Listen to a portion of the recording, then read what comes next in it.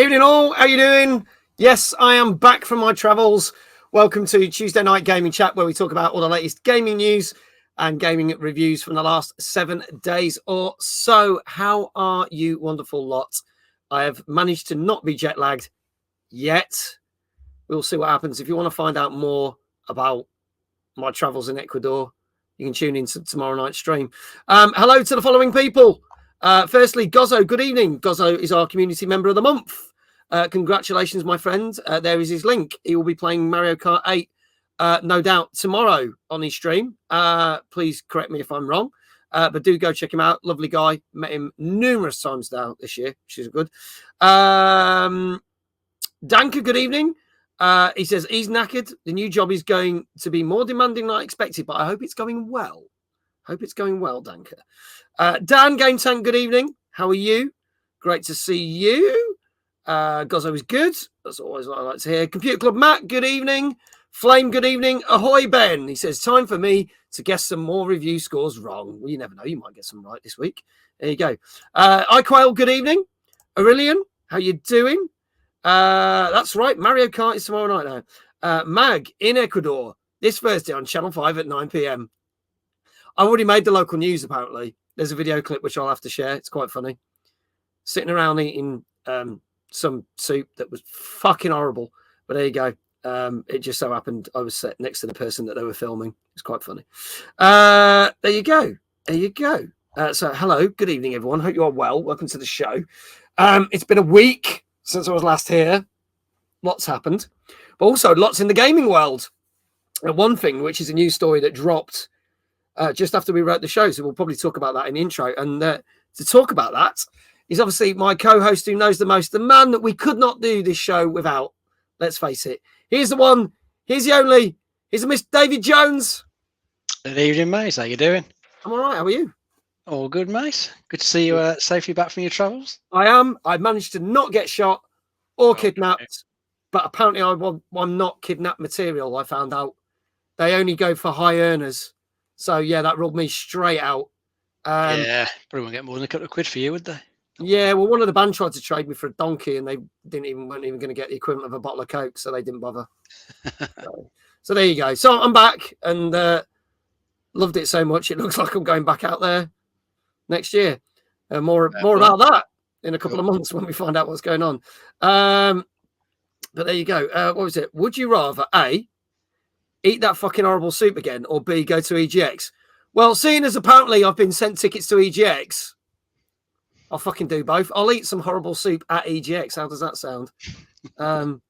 Against my better judgment, I've been sent tickets. I don't know why, but I've not said nothing but bad fucking things about EGX. You can't make this shit up. I come back and I've got an email saying, oh, yeah, you've got tickets. I was like, oh, fucking great. I'm so happy about that. You can tell you're looking forward to it. Fucking hell. Never mind. There you go. The one true Dave. Yes, exclamation Dave in the chat. Save the Dave from the rave. There you go. Yeah. Show your love today by exclamation Dave. Dave, what have you been playing this week? Because I have had no chance to play anything since we last did the show. So what have you been playing? Well, I brought Astrobot, but we'll be talking about that later. So I'll wait until then to go over it. You'll enjoy it. I know. I can't wait for it. I'm actually so excited for that game. Like ridiculously so excited. But apart from that, I played a bit more Call of Duty Black Ops 6 beta on Sunday. That's a bit more New Heroes free. So myself and my mate just flicking between them for a bit of co-op fun. They're both good fun. Enjoying both. And then I put a bit more time into Star Wars Outlaws. Nice. So got a bit further on that one. I think what have I finished now? I finished one of the 3 planets you travel to after the first one, Toshira. Okay, yeah. When it opens up a bit. So I've done the main mission on that of the planets. I've got 2 more to do the main missions on, so push it all forward. Nice, okay. I've been enjoying that. It's had a patch release for it today, which is definitely needed because I had a few crashes to desktop on the Xbox. Okay. So hopefully they might have made it a bit more stable. So they've had about 4 or 5 crashes all in since I've had it. I obviously I've not played it for a week, but I only have had it happen the once in like the 10 days I played it, and then I've not played it for 7 days. So that's good. I was going to play some of that after actually, so I better do the update after this show because I might. It's only a couple of gig updates, so it won't take long to install. The one thing I like about the patch is they've now enabled the option to upload your save to the cloud, so you can carry on under the system. So because okay. Microsoft Plus, I can play it on Xbox and PC, but I was stuck to begin with because I started on Xbox. That feature not available. Couldn't try it out on PC, but I fired it up earlier. So that's clever. You pump the graphics up if you got the hardware for it. It just looks pretty. There you go. Ben says it's moments like this I wish I wasn't so broke and could afford an up-to-date console or PC that wasn't a potato. That's definitely one console that's going to be well out of reach price-wise. Yeah. Spoilers from Dave. Here you go. We now know you travel to different planets in the new Star Wars game. Pretty obvious, I think. Yeah. I mean, I don't think I showed any of the flight combat on my stream of it, but that's because I was concentrating on what was going on in the planet. So I did things again. I said I did things differently to what I did when I first was playing through it. So I did it in a way that I actually left the flying off the planet quite late. Okay. The first time, which pros and cons doing that, but there you go. There you go. Anything else that's caught your eye or you've tried at the moment? No, just those since I've been playing. So mostly Astrobot since it came out Friday. But so I'll talk more about that later. Yes. And for those who are looking forward to seeing what Astrobot is like, it will be my stream tomorrow. It's my only other stream. Again, I literally have got back from doing one show and then I'm back out on shows Thursday and Friday. So it's insane. So no rest for you, mate. Yeah, I know. You get over that jet lag one day. Jet lag one day. Well, at least we'll all be jet lagged together because it's the same people I'm working with. So they'll probably be completely knackered as I am. So be there. But we're going to sunny Harlow and the dizzy heights of Kettering on Friday. So there you go. So that's where we are. It's a bit of a step up from Ecuador, isn't it? So there you go. Dave, oi, hello. Action smashes through the wall as on cue. Oi, good evening, Dave. How are you? Good to see you, Mr. Johnson. Should we bring our guest in? I think we should, mate. So this gentleman, I have been on his podcast recently. Hopefully you saw the links that I posted. We know him through, obviously, as a big fan and friend of the Rapid Reviews team on their podcast on Sunday nights. I also got to share the stage, as it were, online when we discussed why we were so disappointed with EGX last year. So there's like mutual love there for things that we don't like. But you do need to go check out his blogs and podcasts. I'm sure Dan will drop all his eyes. Please welcome tonight's guest is the wonderful Miketendo64. Good evening, everyone. Good evening. Coming live from Spain. Have I got that right? It is Spain, yes. Yeah, there you go. Southern Spain. There you go. Buenas noches, everyone. Buenas noches. Because that's good evening, isn't it? I was starting to learn certain phrases. I was getting quite good at it. All Mike's socials are there. His website, Facebook, Twitter, Instagram, YouTube channel. You can check out all the podcast stuff. The podcast is quite cool because it's where you actually, it's not a typical interview thing. It is an interview, but you get to play games with Mike while being interviewed. And we, for all our trouble, we were trying to play either Zombie Army or Sniper Elite and couldn't find anything that was cross-platform. So we just played Fall Guys. Well, I played Fall Guys badly, but it was great fun. You played it better than I did. You're being modest. There you go. Ben said, "So, Mike." Honest. Oh, okay. So yeah. So for tell everyone about your channel, your website, tell them about everything you do for people who are not familiar with your good self. Okay, so I run Miketendo64.com. It started off as a small blog, and I run that with my brother Jack, who's then became my editor-in-chief. We started back in 2015 when it came to, trying to find news for the next Zelda game, which was codenamed Zelda U then, and then obviously it became Breath of the Wild and whatnot. And then as I was just getting a taste for blogging, and then it grew, and then it came to a point where we had like 20-30 collaborators at a time, and then since then it kind of like dropped off, and we've got a couple of people that still write for us even today. Nice. Because it's hard being an independent website, to be fair, especially in a very, very cutthroat environment as is video game journalism. So we've dipped our toes in other waters as well. So, we've got a YouTube channel where we post a lot of gameplay videos, and obviously the new podcast that we started, Game and Chat. We've also branched into Spotify as well to, help with the podcast. We're on Twitter as well, and obviously, the other socials that we share, so Facebook, Instagram, and stuff like that. And we cover general news, reviews, interviews, and all that kind of stuff at the website. And when we can, we help to try supporting other websites and content creators like Rapid Reviews, like our friends like Jack Gorney, which is Gorney 99 77 or 72 or something like that. I keep forgetting the end of it. But he does a lot of streaming as well. He's at Nintendo Village. But he does a lot of streaming, so video games and stuff like that. So I try to support, the people where I can, really. Yeah, nice, awesome. We are a bit lacking on Nintendo games this week. My apologies. It's just the way the cookie crumbles. There is. They're on the way. They're just not out. Two. There is two this week out of the 8 that we got, and to be fair, even with some of the extra stuff that we'll talk, there's only 2 there as well. So it's been a funny week. There's been a lot of big games this week, but then not much for the Nintendo. But we know the real big game of this month is going to be that Zelda game. So I'm looking forward to that. Oh, yes. I'm really looking forward to that. I think that and Astrobot were the ones I'm most excited about this month. I'm not going to lie. I've seen a lot of good stuff, or heard a lot of good stuff about Astrobot, and I'm just thrilled that there's it.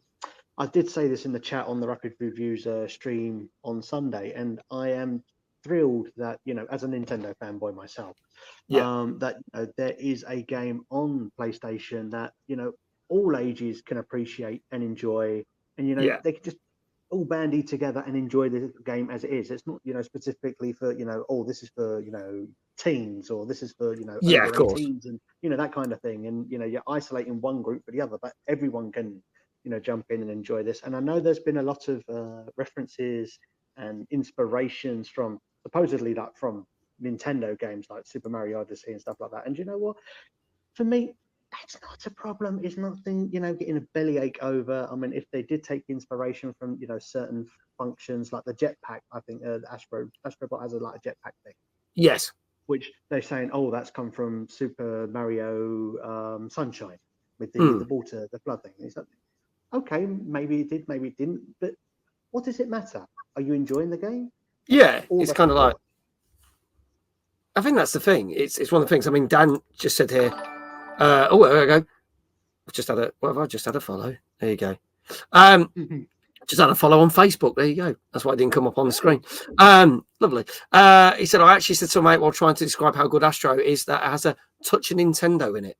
I think that's very true. It's very true.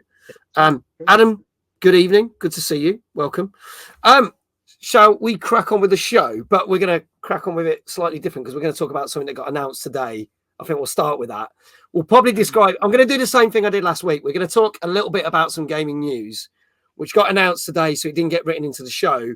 But then no doubt we'll talk about it in further depth next week on next week's show. So I will hit the banner and say it's our 183rd show, and we've got 8 new games, including the casting of Frank Stone, Quidditch Champions, Astrobot, what a surprise, and Warhammer 40k Space Marine 2. Plus a load of other games and some extra games that we'll talk about, and all the latest gaming news as well. Don't forget, we are promoting Format, which is taking place in 2 weeks. If you want to get 25% off your tickets, and we'll talk about that a little bit later on. Exclamation Format in the chat. And also, you can get basically discounts and stuff from the Wired store. We've had some great games come from Wired. Last week we talked about Gory Cuddly Carnage. And numerous other games. Exclamation Wired. You can basically go to the store and I get a 20% kickback as well from them. And you can buy vinyls, figurines. You can buy the games directly from their store. So go check out Wired because we are now a Wired partner, which is pretty freaking cool. So go check that out. Evening also. There we go. Let's just bring this up. Format's going to rock. Format is going to rock. I think it's going to be brilliant. I'm really looking forward to it. Adam says, evening. Also, I can make one day of Format. Going to be for evening and go back work on Friday. Cool. I will see you there on the Thursday. Don't forget, if you can make it for 2 days or more, on the Friday, we are doing the Taste of Timeless event, which again, we're going to announce something for that. Well, we're going to announce something tomorrow, but I'm going to tell you what the announcement's going to be a little bit later on. So something that happened while writing this show was the fact that PlayStation held the technical, their technical online conference about everything that's going on with PlayStation. And I think the thing that's hit hard with people is the fact that people are like, yay, they're finally announcing the PlayStation Pro, and then looked at the prices and what it didn't come with, and like, okay. And so I'm going to sum this up brilliantly. I didn't bother to watch it, but I had people messaging me all left, right, and center about it.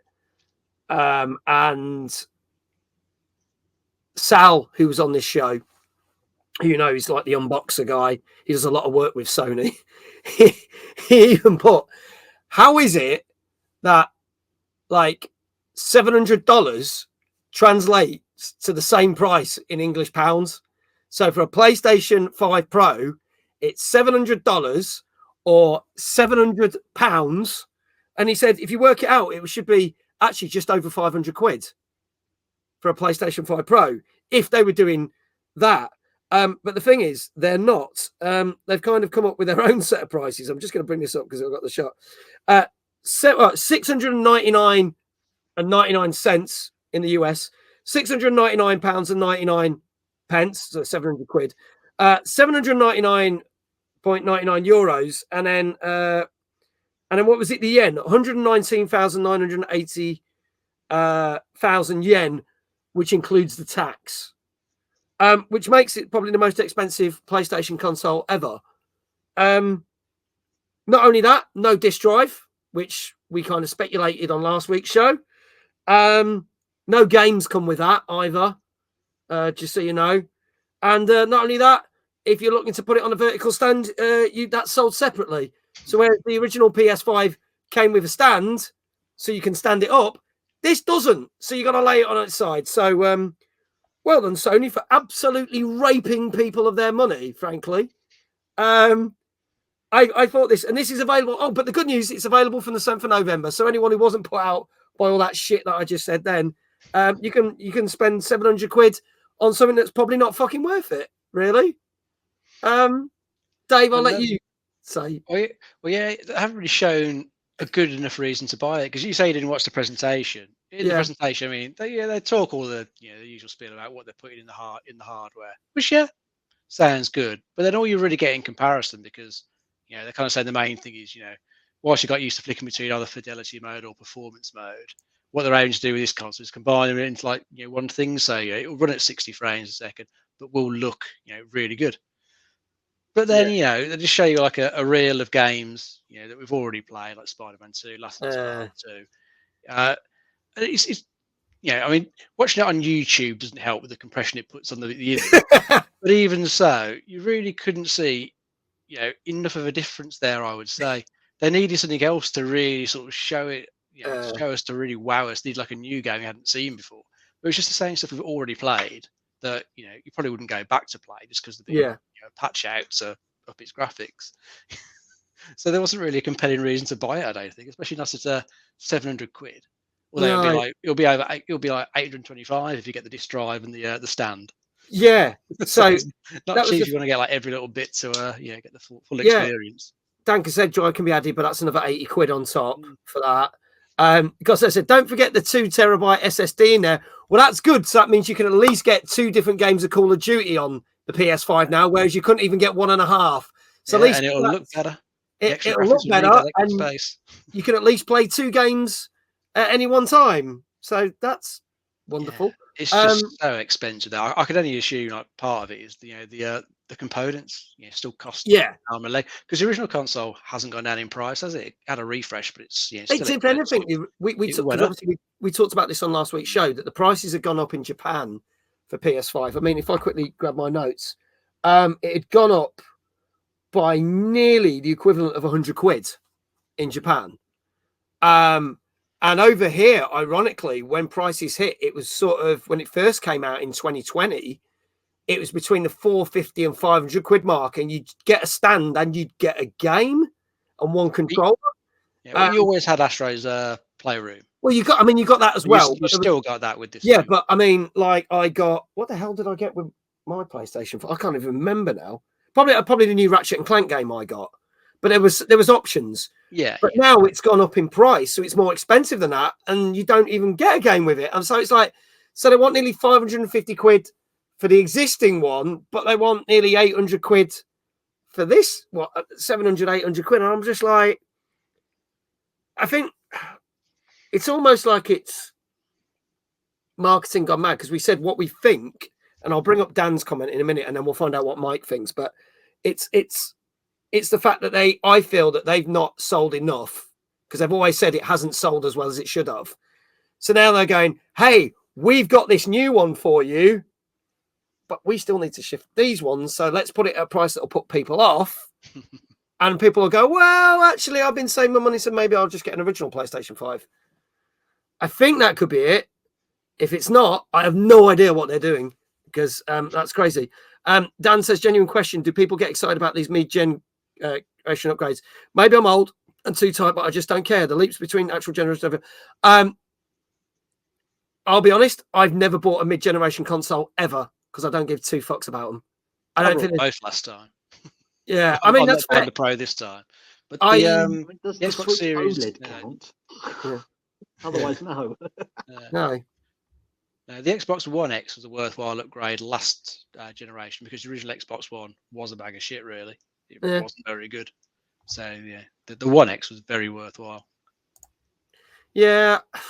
Again, I didn't bother. I stopped with the Xbox One and then jumped to an Xbox Series. I just, it's one of them. Evening, Jesse. Good to see you. He said, iCloud says I'm a complete sucker for this stuff, and I won't be picking this up. I'm not really sure there's enough of a market for that at that price. Gozzo says, I'm going to get the slim version and get a 4 terabyte chip in there. Make more games, the better. They've just got to get some more PlayStation games out, really, then, so that people can actually put them on the hard drive. Well, I guess the pre-owned market buyout of used PS5 are going to soar now, probably. I never have any idea what they are doing. I bet no one does. I think this gen refresh, Dank says, makes no sense. Also, I think it's too soon, is another thing. Mike, your thoughts on this whole malarkey of let's charge 700 quid for a brand new PlayStation and not give you half the things that the original one came with? Now, you were saying, okay, so 700 quid and they've $700 as well. So there's already something that doesn't equate there. Yeah. On top of that, they want you to charge you 800 euros. Where the euro is actually stronger than the dollar. So normally it should be the other way around. Yeah. They're charging you more just because you're in Europe. So yeah. No, I mean, if you've got to pay 800 or whatever on a console, it almost comes to a point where you think maybe I should just upgrade my PC. Yeah, it'd be cheaper. To be fair. Anyone who's not feeling it and doesn't wants to get a potato PC upgraded. There you go, Ben. Save some money. There you go. Jenny, thank you so much for the resub. She says, hey, Magtastic and Magtastic CCs. I can't even say that. That is now 9 months, a tier 1 sub. Big shout out to Jenny. Thank you so much. My thing's only just gone out to say I'm live, and we've been live for 27 minutes. I don't know what's going there. So things are slightly. See, I've been offline for a week, and it just goes. Love a pair of Magtastickies you got there. Lovely pair. Yeah. I can't afford to upgrade my potato PC. Then save some money for a PlayStation 5 Pro, and then just use it on the PC. So there you go. Jenny, thank you so much for that sub. Exclamation sub hype in chat. Show your appreciation to Jenny for keeping the lights on. Don't forget, all subs are 25% off this month because it is September, so you can save money. I still get the full cut, which is amazing. But it means you don't spend as much money on a sub, which is fantastic. I'll buy a Switch 2 instead.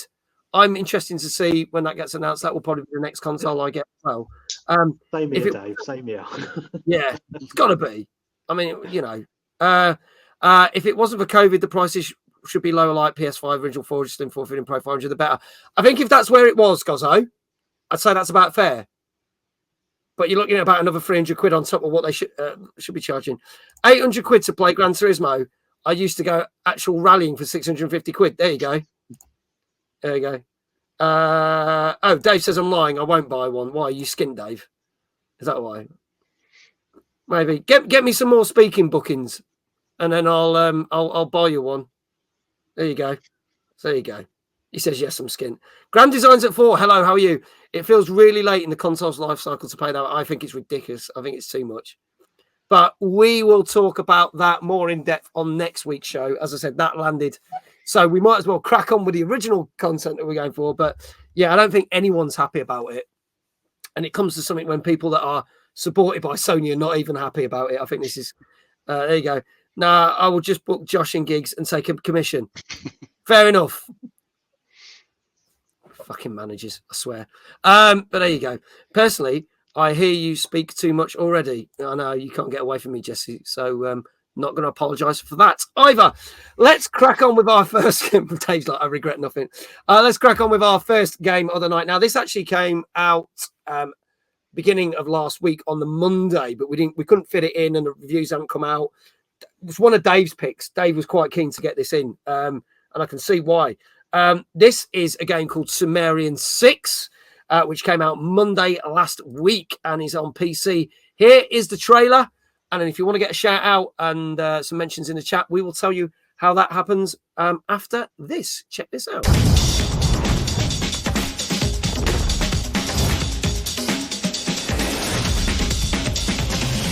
Where the hell are we? Welcome to the lost Sumerian city of Issaden. Some knowledge should not be uncovered. The primary mission is to sabotage Camera's operation at any cost.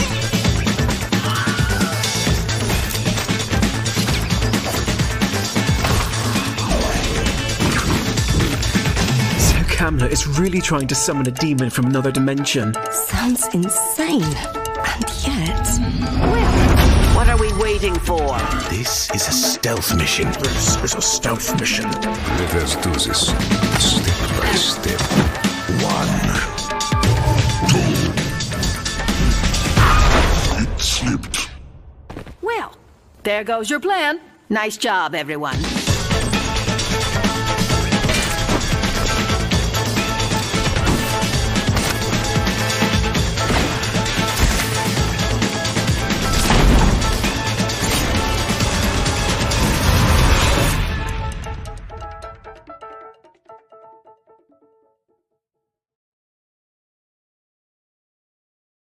There you go. And the first comment from Grand Designs on 4 says, remind me of Commandos, but enemy lines. Exactly that. This is one of these things. We've had a couple of games this year. Good evening, Moonbeard. How you doing? But a couple of games this year that have done this very well. There's a bit of a resurgence of these type of games. And then some that have not been so good. But this looks good to me. And this has got my interest because when they're done well, I like these kind of games. So, Dave, you were quite... you were like, this has got to be added into tonight's show, and I can see why. Yeah, so, I thought it looked pretty good because tell us more about it. Comparison wasn't Commandos. I've forgotten about that one, but I was comparing it to like Desperados 3 and Shadow Gambit that came out in the last couple of years. Yeah, it's that type of stealth tactic game. And since the company that made Desperados and Shadow Gambit closed down, I think last year, we've got to look at these other studios to hopefully continue making games in this genre. And this one looks like they've done a pretty good job. Gameplay wise, it looks pretty much the same. This one's set in like a sort of alternate history World War II. Right, okay. Part of like you'll play like a team who came up with some sort of substance that one of the team has stolen and is now trying to like develop it into a weapon with the Nazis. So you've got to go and try and get it back, kill them off, and and try and save the world. Basically, it looks pretty cool. I think. So I like this type of game. And you say if they're done well, they're really good. And I really enjoyed Desperados 3. So I did. This one, scores pretty well. Then I might get it at some point when I finish all the other games. I'm currently trying to play. There you go. Mike, are you into strategy games? I saw you nodding when you were like, Desperados 3. So I was like, I did play Desperados a long time ago on the PC. And I do like that kind of like strategy games. I mean, obviously, I'm more familiar with like Mario and Rabbids, that kind of strategy. Of course. Fire Emblem, that kind of thing. But this did look very, very interesting. And especially when you got to go around smashing Nazis or, blowing up Nazis. Who can say no to that? I know. You can't go wrong with killing Nazis, can you? Yeah. Clean family fun. Yeah. It also looks like it has a good sense of humor about it as well, because it was like, oh yeah, we're going to do a stealth mission. It's typically my type of gameplay, just blow shit up, but it doesn't seem like there's huge consequences for it. Like you can do different things, which is good. So I like that. That's really cool. So folks, those who may not have seen the show, we don't technically review the games, but I scour the internet to get all the scores that all the reviewers and journalists have given and all the gaming websites. To basically condense them into an average score. Now, you may agree with it, you may not, but if you guess it right, and you can have halves and whole numbers, you will get a shout out in the chat. To kick things off, hello to Moonbeard, and he says, welcome back to Blighty. Thank you very much. It's nice to be back. Let's have a look at some scores in the chat, kicking us off. Danka said he loves strategy games, so it's going to be an 8. Gozzo says an 8. Ben says an 8. Flame says a 7.5. Dave, as you pick this one, kick us off. What do you reckon this is? I'm going to go the 7.5 for this one. Going for a 7.5. Okay. Chat, get your scores in now. You will get a shout out in the chat for your channel if you get it right. Mike, your thoughts. What do you reckon? I think I'm going to have to go with a 7.5, I think.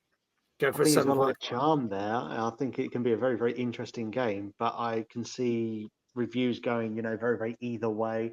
So there'll be a lot of 7s there, maybe a lot of 8.5. So I thought settle in the middle, more or less 7.5. All right, 7.5. So both Dave, Mike saying 7.5. Chat, your last chance to get these scores in the channel. This is the Sumerian 6, which came out Monday last week and is on PC. Maybe get a console release at some point. We will see. iQuail is saying an 8.5, maybe. Thinking about it. Dave Johnson saying 7.5. If that is all the scores we got, I can tell you for our first game tonight, this got, and it's a great way to start the show, an 8 out of 10 on average. Nice. So it's done very, very well. Very, very well. So, yeah, if you want to check it out, go. Danka, congratulations. Gozzo, congratulations. Ben, you got one right. He was saying time to get game scores wrong, and he hasn't. He's got one right, so he's amazing. Well done. Congratulations. He's like, huzzah. So you get 8 out of 10 for our first game tonight. Congratulations, Ben.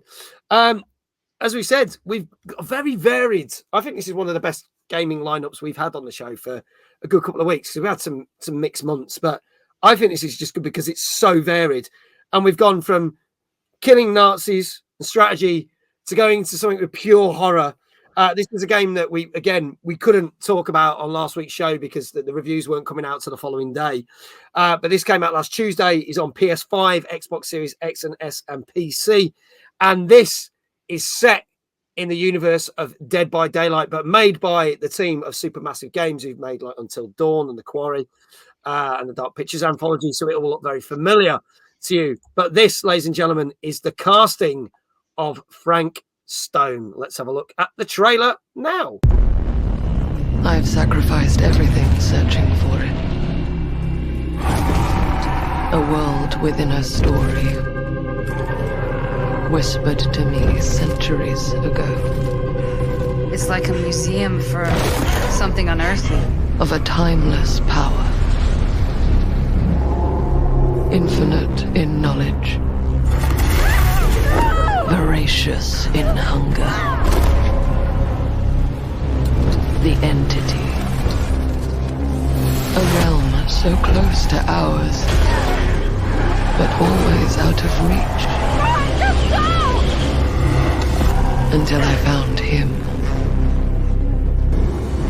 Frank Stone. My key. My killer. I am Augustine Lieber. Abstracted. And I'm about to change our worlds.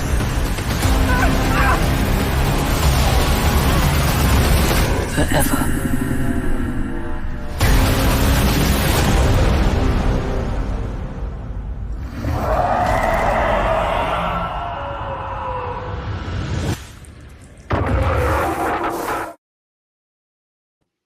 So there you go, folks. Obviously set in the universe of Dead by Daylight.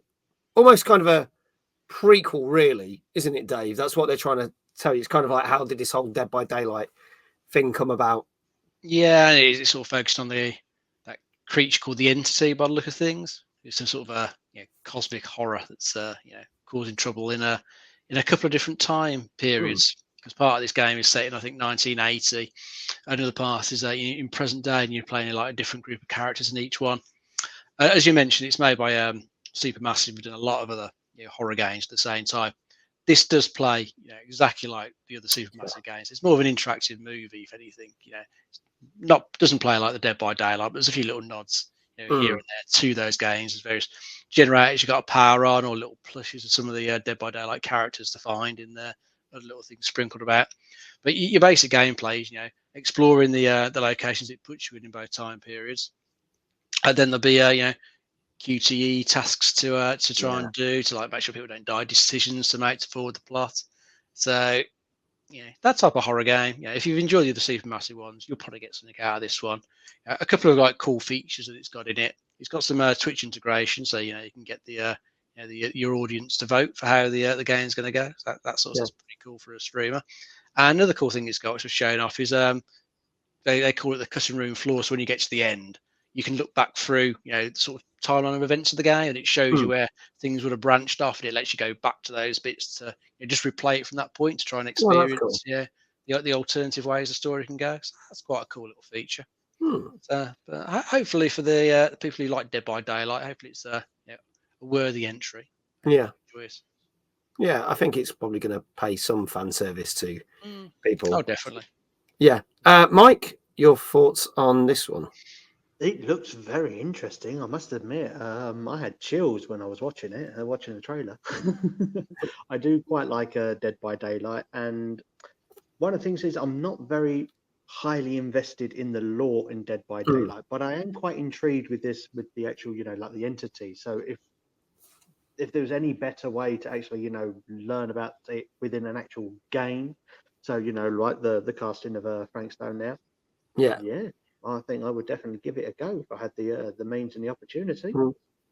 Yeah, I think it's an interesting one. I do like Supermassive's games, but it feels like this one's a little bit of a step backwards, because whereas some of those games have progressed with more and more things, so it's not just about the QTEs and dialogue, this one feels like it's just kind of somewhere in the middle. I've seen people on Twitter saying that it's got a lot of replay value to get, because you can end up killing nearly all the characters and then go, well, terrible playthrough, or end up saving them all. So it's very much got, as Dave says, different threads and things. I think the biggest thing that came across, though, it's weird. If you are a big Dead by Daylight fan, you will appreciate the little nods to certain things, but you have to take into mind that none of the actual main killers that feature in the game right now are actually in it. It's based around this original thing, and none of the characters that we know or survivors that you can play as in Dead by Daylight feature in it. So you've kind of got to spend the time to invest on characters that you've never actually seen before, which I think is a bit of an odd thing, because I think I'd like them to explain how those people that you play in the game, I think, would have been a better idea, but maybe they weren't allowed to do that. I don't know, but it's a bit of an odd one with that. But I'd still try it. So, folks, people getting your scores in. Danker said a 6.5 for this one. Ben is saying a 7. Gozzo is also saying a 6.5. Manic, how you doing? Good to see you. iQuail says 7.5 for this. Mike, I'll start with you. What do you reckon this has got? Right, well, this is obviously, reviews of people that have actually played the game. I mean, I'm only going off the trailer, so I'm going to have to say I'll go with an hopeful 8. Okay, going with a hopeful 8. iQuail said a 7.5. Flame said a 7. Dave, what say you on this one? I'm going to try a 7. Going for a 7 as well. Okay. 7, and Mike's got a hopeful 8. Manic says a 7 for this one. Ark Knights, been playing some Ark Knights. There you go. Queeky says, I'm going to go wild. I don't know what game it is. This is the casting of Frank Stone. It's the horror game which sets up Dead by Daylight. Queeky says, I'm going to go for a 6. He doesn't know what game it is, but I've told him now. Here's your last guesses, folks. Get them in now. It is The Casting of Frank Stone, which came out last Tuesday, is on PS5, Xbox Series X, S, and PC. And if there are no more takers for this, ladies and gents, then I can tell you that Queeky must be the jammiest person to ever go into a thing, because literally this averaged out at 6 out of 10. Wow. It got a lot worse reviews. IGN gave it quite a scathing review. And then there's some people that got like 7.5s. But generally, from IGN, it was 6 out of 10. Too much violence. Yeah, too much. And you're thinking, well, hang on, this is Dead by Daylight. What you expected? I think they also stated that some of the characters you just didn't care about because they're just not that good. They're not well written and stuff. So it was a bit half and half. But then you know, other websites enjoyed it far better. So it averaged out about 6. So it's good. It's nothing great, but it's good. Dave's lying in chat again. He says, I got it right. He tries, doesn't he? Bless him. He tries. He does well. He's a bit like flipping Becca when Becca's here. But Queeky, mate, well done. He was like, oh my fucking God, are you shitting me? No, he actually got 6 out of 10. It's not a joke. Yeah. He's like, damn you, Dave. Damn you. There you go. Anyway, so that's our first 2 games there, folks, if you've missed it. Sumerian 6 got an 8 out of 10 and Casting of Frank Stone 6. Coming up, we've got Quidditch Champions, Age of Mythology Retold, Astrobot, and Warhammer 40k Space Marine 2, to name a few. But let's go into some more Sony news now, which obviously we talked a little bit about on the show last week, but we said we go more in depth because I want to talk about the build-up to what happened, but then what happened after, because I don't think a lot of people talked about this. So obviously in last week's show, it was announced that Concord, after only being out for 2 weeks, was going to be shut down. And it was closed last Friday. You cannot play the game anymore. The servers are not there. If you've got a physical copy of the game, you can't really do anything with it. And they have closed it down literally 2 weeks after launch. Now, we've had some figures come in because we didn't know how badly this done. We know that at one point on the opening weekend, there was like less than 600 people playing it at its lowest point just on PC. But it only shifted 10,000 copies on PC and 15,000 copies on PlayStation 5 in 2 weeks. So if you add that up at £40 a game, that's a lot of money they've lost for what they've invested in this. They basically, as you know, Sony took over the studio a couple of years that made this game. The studio had been working on it for about 8 years, I believe. And what was weird is once they bought the studio, they never mentioned it because they bought the studio 2 years ago and they've never mentioned the game until literally, was it 2 months ago? Well, just over 2.5 months ago when they first announced it. It hadn't announced, I think, was it like the Game Awards or Summer Games last year? But that was CG but then we trailer. Didn't get to see anything until just a brief CG Summer Games Fest showing you fuck all. Then this year, they did show it off at State of Play with a nice, CG intro, which made it look like Guardians of the Galaxy. Then you had the gameplay, and everyone's like, yeah. And then you didn't really hear a huge amount about it after that. No, and it's weird they didn't really promote it at all. No. So basically, the game is gone and doesn't exist. I find it a bit weird what Sony's marketing ploy was: buy the studio and then not really promote a game that someone had been working on for 8 years. I find it weird. But then what else happened? So just before the game ended, some people wanted to say, well, if we can't play it anymore, we want to get all the trophies on it. So people were going to extreme lengths to get all the trophies. And one of them, which I thought was quite humorous, was to get the most deaths and kills. So they were entering a particular game mode. And rather than doing the usual thing and going around shooting each other, they were finding the nearest cliff and jumping off it to die, to rack up the amount of deaths so that they could get one of the most difficult trophies in the game. And some people actually managed to do it before the game closed down on the Friday. So I thought that was quite funny. They spent more time jumping off the cliffs and killing their own characters than attacking the people that are supposed to in the game. But then on eBay, here we go. The scalpers return.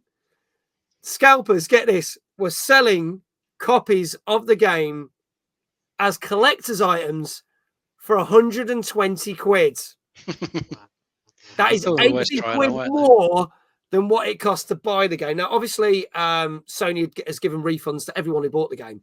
If you wanted a refund, you could have a refund. But people on eBay are selling copies for 120 quid. And some people are actually buying them before the game closed down on Friday to just say that they played it before it closed down. So I just find it the weirdest thing ever. Gentlemen, your thoughts. So that, what do you think about all this? I always find it a bit strange. People go overboard on like getting trophies or, trying to get the best game score or stuff like that. I can never see the point. I mean, surely they could have put all that time to actually play like a decent game that was worth the time. It just seems like a waste of time to me. Yeah. To get the platinum in like a game that is just, it's literally going to be dead in a couple of hours. Yeah. I mean, at least you can say you get it because they can't take away your trophies, can they? No. Well, technically, I'm sure they could if they really wanted to, but I don't think they'll bother. Yeah, true.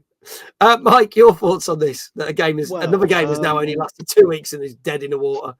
The first problem that they had was naming it Concord, expecting it to, skyrocket, and instead it crashed and burned. Yeah. So that was, that's the first problem. Obviously, the second problem is, not good enough, profound marketing behind it. There's no real marketing backing. I mean, the first I actually heard of the game was when they decided to shut down the servers. Okay, so this game has come out and they're shutting down the servers, and it's only been 2 weeks. It's like, fair enough. So I don't know. I mean, I can't say I'm really invested in it or shed a tear because first I heard of it is it's gone. Yeah, it's a shame. I know we showed this off on the show. I can't remember who our guest was when we did showed the state of play on the show, but none of us sitting on this screen right now were excited about it. None of us, and it was the fact that it was up for consideration to be a stream, and just both Amy and me just went, nah. We didn't even consider it for a stream because we weren't even going to be allowed to be sent a copy, whereas I've very kindly been sent Astrobot. They wouldn't give me a copy of Concord for love or money. And I was like, I'm not paying 40 quid for something that I just don't care about. So it almost sounds like they didn't have the faith in it to begin with. Yeah, it does sound like you do have to wonder, don't you? Because you'd think if things been in development for 8 years, surely someone at some point must have looked at it internally. Yeah. Surely someone must have given them some feedback. Astrobot because they know that's a good game. Yeah, they send you, other games because they know they're good games, like Spider-Man 2, for example. I know that's going to, sell well, so they send you that, and then it's like, we're not sending you this one. It's like, because if you don't, that's one less sale. It is, but they're like, we're going to lose 40 quid on this. I think you're going to lose more than 40 quid generally on this. It's very mysterious, but there you go. So Concord, we knew you, we didn't care for you, and you've gone. So we can add that with numerous other things like Stadia. Concord. Au revoir. Bon voyage. Stadia is in that graveyard. And what was that game? I can't remember. I keep forgetting it. The one that came out at Christmas and lasted 2 weeks. And the day before. The day before. Yes. Mm-hmm. Yes. We knew you so well and cared so less about you. So there you go. Stadia. Someone's like, bloody hell. Yeah, Stadia. I think that they must have been smoking some weed in a marketing meeting and someone said, let's market this like an indie game. Yeah. Just like an airplane, Concord, it flew high away, and out the stratosphere where it couldn't get back, and it's just stuck out there somewhere now, floating in space forever. There you go. Now, talking of space, I mean, that was actually quite a good thing because that just went there seamlessly. Talking of space, our next game, which came out last Tuesday, is on Xbox Series X and S and PC, and I believe is on Game Pass. If I got this right, it came day one on Game Pass. This is Star Trucker. Let's have a look at this one, folks, and let us know your thoughts in chat. Let's have a look at the trailer now. Rated teen. This is Gold Rock Radio. Cause we're flying tonight. This is Dusty showing up. You know me. Always got time to help a newcomer. Cause we're flying tonight. We're flying tonight. Gate is active and you're clear to roll. Good luck out there. Easy there, mate. Great job. Maybe you ought to take a break from hauling and give your rig some love. You seem a little lost, friend. You're making one hell of a detour. This is an automated checkpoint inspection. This is a storm update. Park City's experiencing high levels of electrical activity. Temperature's getting real uncomfortable. Just pick up your pace. Safe travel.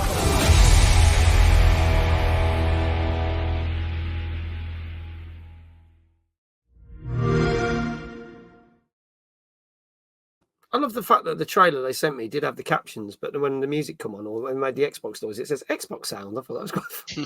There you go. So, there you go. Manic says, "Ooh, I've always wanted to be a trucker in space." So there you go. That could be a new meme now. Xbox sound. Yeah, Dave, tell us more about this one. This seems quite cool in the fact that never thought about it. Yeah, I think so. I mean, it is your general, truck sim type game. Yeah. You got to make deliveries. You got to try and get stuff there on time, intact, etc. But instead of just driving the open road, this one is just chucking it all up into space. Yeah. Which to me makes it immediately a bit more interesting because I've never had much interest in your standard truck sim. But this one just does look more fun just from its setting. But yeah, that is about the general gist. You've got various jobs you've got to complete. You've got to make sure the truck will survive the journey. So you've got to make sure you plan well, take the right supplies with you to maintain it as you go. Make sure your oxygen tanks aren't leaking. If you do encounter problems, you've got to go outside the truck into space. Patch it all up. So yeah, it's got that sort of side of the game. It's a bit of survivalness to it.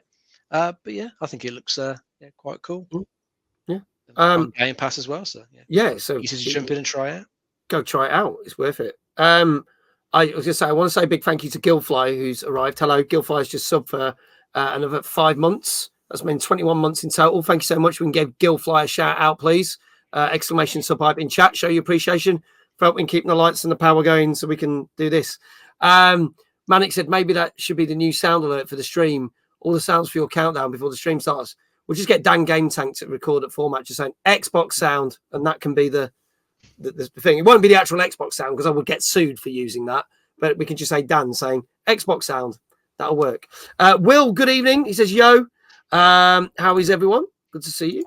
I'll say it really deadpan. Exactly. That's what we want. We'll get that recorded. We'll make that happen. Mike, your thoughts on Star Trucker? It's certainly an interesting game, I must admit. It's very, very... I'm curious. I'm curious about trucking in space. Yeah. Never really been curious about trucking in real life, but trucking in space seems like a very interesting concept. What about you? What's your 10 for, good buddy? This is again, I'm like Dave. I've never really played truck simulators. I've never interested me, but this has kind of got my attention, and I think for the fact that it is on Game Pass, I'm kind of like, I give this a go at the weekend and see what it's like. And I know it's going to be one of those I'll either like it or I won't. So I have to see. But yeah, you owe it to yourself to try at least. Yeah, I will. Hopefully this weekend on top of everything else that I've got to bloody play. But we'll see. I will give it a try and talk about it on next week's show. Let's see what people are saying. Scores wise, Danke says, I reckon it's going to be a safe 7.5. Ben says a 7. Gozzo says a 7.5 as well. iQuail says an 8. Dave's like, oh, woe is Mag. He has all these games to play. Boo-hoo. I wasn't moaning about it. I just said I'd want to try and fit it in if I can. But he says then also a 7. I like that. As a moan at me. And then he goes, oh, yeah, but it's going to be a 7. Flame says a 7. Manic says an 8. We'll come back to Dave first, I think, for this one. What do you reckon? I'm going to go for a 7. Going for a 7. Playing it safe. Playing it safe. Okay. And Mike? Yeah, I think a modest 7. I think it's not going to get too terrible reviews, but I don't think it's going to get anything particularly outstanding. Okay. So yeah, I think a 7 is safe. 7 is safe. And if it's more, fantastic. Yeah, exactly. It'd be a bonus. Queeky's saying a 6.5 on this one. Dave says, I'd moan at Mike, but I've been told I have to be nice to guests. Yes, you do. So shush. What have I done wrong? Yeah, done anything wrong. It's just been Dave. He's like, oi. At least you haven't got to buy me wine, Dave. Yeah. There you go. Will says a 7.5 as well. Quicky's like, I'm only wild guessing here. The daughter won't go. Don't worry, mate. It worked for you last time. You never know. It might work a second time. We shall see. I will just buy. Twice. He's going to buy you whiskey instead. That sounds all right. Manic says Dave is just old. Ouch. Wow. There you go. Manic's just put a rod for his own back there. We now know who Dave's next target is. So there we go. Folks, last chance. Get your scores in chat. This is Star Trucker, which came out last Tuesday. Is on Xbox Series X, S, and PC, and is free on Game Pass. And I can tell you, if there are no more scores, then this has fared quite well. And you could say it's a safe 7, but just with a little extra, because it's a safe 7.5 out of 10.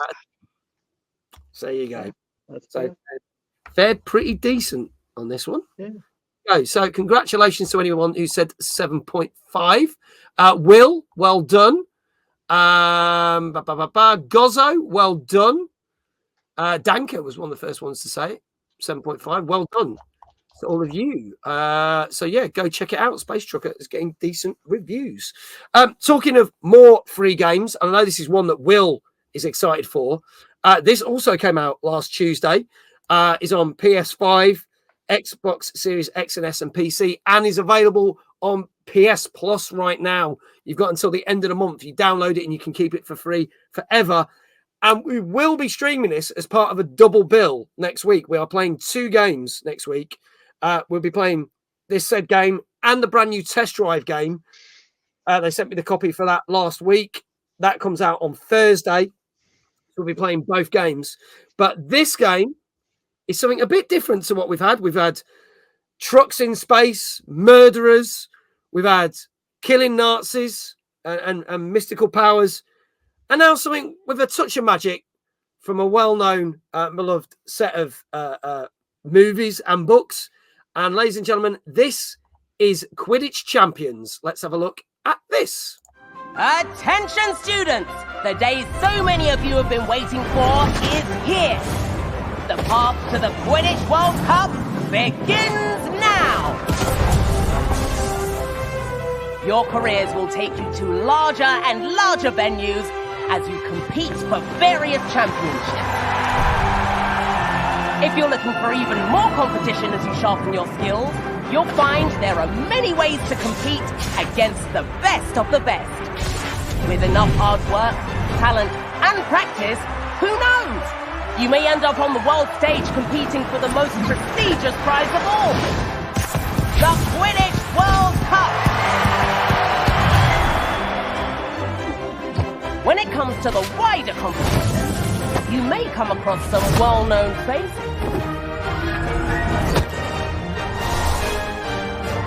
And yes, I know how many of you like to express yourself. All athletes are encouraged to style themselves however they desire. All right, that's enough chit-chat. Now get to your brooms and get to work!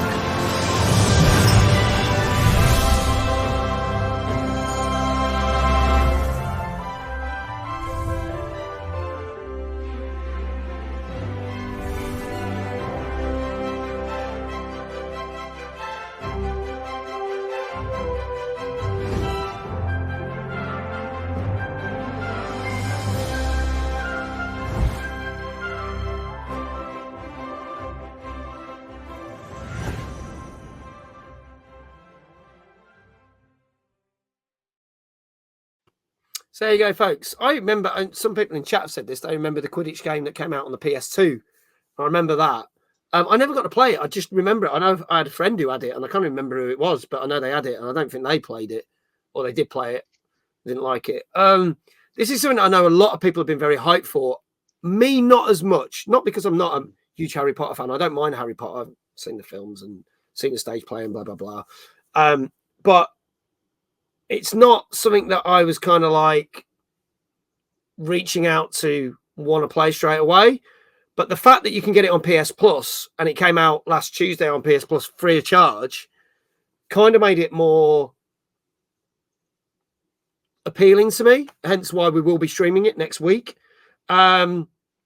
Queeky said, I've got to finish Star Wars Outlaws first. I don't blame you. Ben said there's no microtransactions in this game, which is nice. Legendary JL, hello. I saw you pop in earlier, mate. How you doing? I don't want to be the guy, but pray that don't incorporate more microtransactions. Fingers crossed. I need to go download it and give it a well. Well, you've got until the 30th of this month if you've got at least PS Plus Extra. No, I lie. PS Plus Essential. So even if you've got the basic tier, you can get this game. That's right. It's just a monthly game this month. It is. It's a monthly game. So you don't even need the extra or the premium, which is a rare thing because there's another day one PS Plus game coming next week, but you need the extra tier for that. But we'll talk about that further down the line. But yeah, I'm looking forward to giving this a whirl. So we'll see what it's like. But Dave, tell people if they have no idea what Quidditch is. What is it, my friend? Well, yeah, it's the sport that all the wizards play in the Harry Potter universe. So if you watch any of the films or the books, you'll be familiar with it. You've got the standard positions in it. So you can play as Chase, a Seeker, Beater, or Keeper, and it's got a single player campaign to it where you'll play for a few different cups. I think you play for the Weasley Cup and the School Cup, and then the World Cup, so you're going to play for all those, play on different pitches. Then it's got the multiplayer side to it, and I think giving it away on PS Plus this month will help the multiplayer population for it. So it should have a decent number of people to play against. But even if you haven't got a PlayStation or you haven't got PS Plus, I think it's only like £25 to buy at the moment, which isn't a bad price. That's really not bad. Yeah. Even if you don't get a huge amount of playtime out of it, it's £25. You haven't lost a huge amount really. And because it is, again, that you're paying for, it hasn't got any microtransactions in, which I'm quite surprised about, to be fair. I know, so Warner Brothers, I would have thought they would have riddled something like this with microtransactions. Popping a Especially franchise, after, you would have thought they would have tried to rinse all the Harry Potter fans, but they haven't, which is very surprising. So, any cosmetics things there, so yeah. But all the cosmetics are earnable in the game. So, and like other characters, I think you can unlock some of the main sort of cast as well as create your own. Yeah, you haven't got to pay anything extra to unlock those or get extra cosmetics. It's all just there. And I think there's meant to be seasons coming to the game as it progresses. So hopefully the devs will add more content to it. So I think that was one of the complaints I saw in a couple of reviews was there's not a huge number of pitches to play on. Right. Okay. Our campaign's quite short, so hopefully they just put more into it as it goes along. But all things considered, it looks better than I thought it was going to be. Yeah. It's Gilfly was saying, I said since day one of release of Hogwarts Legacy, which obviously came out February last year, they would make a new game for Quidditch instead of adding it to the game. Will said, well, it doesn't understand why it wasn't part of like a Hogwarts Legacy DLC, but then maybe some people will play that and not play that. But apparently it's very sweaty online when you play. So yeah, Wizard, you say? I didn't realise it's Christmas. Not yet. Getting close though, dare I say. In September, I can kind of get away with that now. If I'd said that 2 weeks ago, I would have been frowned upon because it was still summer. Has Mariah Carey started singing on the radio yet? No, she normally gets thawed out after Halloween, doesn't she? So we should be all right. At least another month and a half to get away from her warbling. Yeah, I can't stand Mariah Carey either. I can't. That woman, I no, just no. Everything about her, no. Yeah. So it's bad enough I have to listen to that shit every year on the radio. Warbling. Is Amy here? Wow. Okay. Woo, says Will. Yeah, Dave's just painting a target on his back with everyone, isn't he? Fucking hell. That's what it is. Your thoughts on this, Mike? Right, okay. Well, whether it is enough to be a standalone game, well, as you already said, like the single player campaign is relatively, short. And how long the online play will last for, that's just to be seen, I guess. When I remember, the mini games in the original Harry Potter games on the PS1. That's how old I am. Which, they were all right, but they're not something that you'd come back to over and over and over again. Yeah, it gets very, very tedious very, very quickly. In my point of view, I mean, other people may, thoroughly enjoy it. But then, the similar sort of thing could be said for in Final Fantasy X. There was the Blitzball. Yeah, and I would love that, and I would absolutely play that to death. And my brother absolutely loves that, and he'd always wanted like a spin-off game of just that, which never happened. So I mean, obviously with like Harry Potter, and it has got a huge fan base behind it. The only problem with it is the other half of the fan base, or not so much of a fan base, which is constantly hating on Harry Potter and everything that J.K. Rowling touches or doesn't exactly have any say in. But it's funny though that Hogwarts Legacy, we'll only touch on this a little bit, Hogwarts Legacy got so much shit for no reason, but this hasn't. I've not seen really any of the same sort of thing. I just think people were jumping on the trend to just basically hate something that ended up being one of the most successful games of last year, ironically. Well, because it got the publicity. I mean, any publicity, even if it's good or bad, it's going to get some attention to it. And some people are going to go, do you know what? Just to, irritate the other side, I'm going to pick it up and enjoy it. Yeah. But I've not played it myself personally. I mean, I fell off the Harry Potter series a long time ago. Watched all the films, read all the books and stuff like that, and then just kind of left it. That was when I was in my, mid to late teens, and then just never went back to it since. Yeah. Because it was it's because it was a Harry Potter game after so long. But technically, it wasn't a Harry Potter game because Harry Potter wasn't in it, which I thought was insane. Whereas Harry Potter is in this game, you can play as him. So I just think, just people. Well, I'm not going to say any more. It'd be like having FIFA and not being able to play as Ronaldo, or Ben says, I'm seeing opportunities for these AI music generators. All I want for Christmas is you in the style of Slipknot. I'd pay to listen to that. That'd be good. I feel like online will last. There already talking about a 6v6 mode. So possibly they're going to bring in other modes for the game as well. So that might give some bit of longevity. Games Guru, good evening. Says evening all. Welcome back, Mag. Thank you so much. There you go. There's 106 days until Xmas.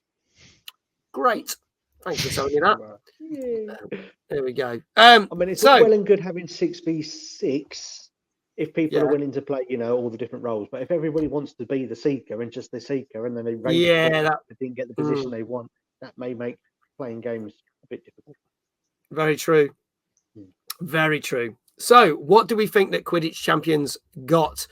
Chat, start dropping your scores into the comments. Did I actually see any scores? I did actually. Danka said preferred the original from the 2000s, 6.5. Gozzo also says a 6.5. Gilfly says an 8 on this one. Emperor Carrot says, I don't even know what that number is, but it's too big for us to comprehend. Flame says an 8. Queeky says an 8.5. Dave says a 0.5. Christ. Okay. Mike, I'll start with you on this one. What do you reckon Quidditch Champions got? Right. Okay. Seeing as I've not heard much hate against it online, because if there was any hate, you'd know about it. So I'm guessing it scored relatively favourably. So I would say I'm going to go with a 7. Going for a 7. Okay. Dave Johnson says 7.5. That's what he meant to type in, not 0.5. Will says a 10, but I know he's been fanboying over this game for ages. Ben says an 8.5. iQuail says 6 candy canes out of 10. Dave, what say you on this one? I'm going to join Mike on the 7s as well, because that's exactly what I was thinking. Yeah, you think it's got reasonable reviews? Okay. Yeah, I'd say so. Okay, nothing all right. Outstanding, but not totally unfavourable. So. Right. Okay. Manic said, I like this joke. 7 3/4 platforms out of 10. Again, I can't round that up. That's either going to be an 8 or it's going to be a 7. But I love the joke. That was good. But no, he's gonna round it up, so he's going for an 8. So that's fine. That was a good joke as well. It's quality. They said, "Oh no, I meant the 0.5, but that's to show my disdain for the game." Ooh, handbags. There you go. Last chance, folks. Get your scores in. This is Quidditch Champions, which came out last Tuesday on PS5, Xbox Series X and S, and PC, and is free on PS Plus until the 30th of this month. So make sure you add it to your library. You don't have to download it. You could download it in months to come. But if you add it to your library, you've got it free for as long as you've got PS Plus. So there you go. Dave says, I'm going to twat Mag with a bag of rocks. Good luck with that. Legendary Isle says 7 out of 10. I'm going to twat Dave with any object I can find during the next 3 days of format. That will include bar stools, tables, probably some indie games that he wants to try. He's like, yay, bar fight. So, make sure you film it. That sounds like good content. So, yeah, content. It is, yeah. Content. Myself, yes, I'll get Dan Game Tank to pick me up and he can throw me into Dave. We'll do that. Why not? First time. Dave with yourself. Yeah, you go, yeah. Simran. Throw Simran at Dave. Yes, our guest at last week's show. The sarcastic northerner with his Jordans on and his piano. We'll throw Simran's piano at them. That's what we'll do. That piano got so much love on the show last week. It was hilarious. Are you tall enough to lift a bar stool, Mag? No, but I'm sure I can get some help. Throw Amy. Throw random people. He's such a nice guy. Simran would probably just hug me. Yes, he would. And then throw you through a plate glass window. So there we go. Anyway, moving on.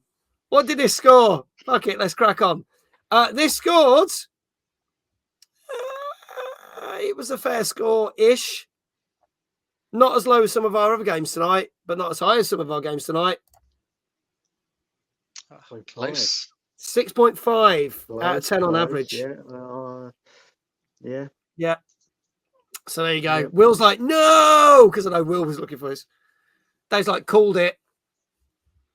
Oh, God. Congratulations to anyone who got that right. Well done, Gozzo. And well done, Danker. A number of you guessed that correctly. But there you go. Dave Johnson said 7.5, so he was way off. Yeah. By a whole point. Let's move on to some more gaming news as those shout outs. And don't forget, Will says that's ruined his day. Oh, shit. Sorry, dude. Don't blame us. Blame the reviewers. Okay, now we'll just ruin someone's day by talking about Quidditch Champions. Never mind. Talk about some more gaming news. Now, a game we talked about 2 weeks ago on the show. They got a good score, and I'll flip up my notes. Actually, was it 3 weeks? Bloody hell. 3 weeks ago. God, I thought it was 2 weeks ago. Black Myth Wukong, which came out and has been a huge success. It's done really, really well. So far, in the first 2 weeks of it coming out, so not including the week that's just gone by, has shifted 18 million copies of the game, which is funny when you think about the 25,000 copies that Concord sent, shifted. But there you go. But 18 million copies in the first 2 weeks. And the team behind Black Myth Wukong have basically said, because it has gone and sold so well, they are now working on a DLC. But they said this will be a DLC at the level of Elden Ring and Shadow of the Erdtree. So it's nothing that's going to come quickly, but when it turns up, it's going to be quite an expansive DLC. So almost like a game itself. Now, Shadow of the Erdtree literally shifted 5 million copies in its first 3 days, which is insane. So Shadow of the Erdtree, as we know, has been a big runaway success this year as well. So they are hoping to kind of capitalize on that same sort of thing. So maybe in a year or two, you're going to get a DLC that's worth about 40 quid or more, and you'll be playing it for days, literally days, not hours.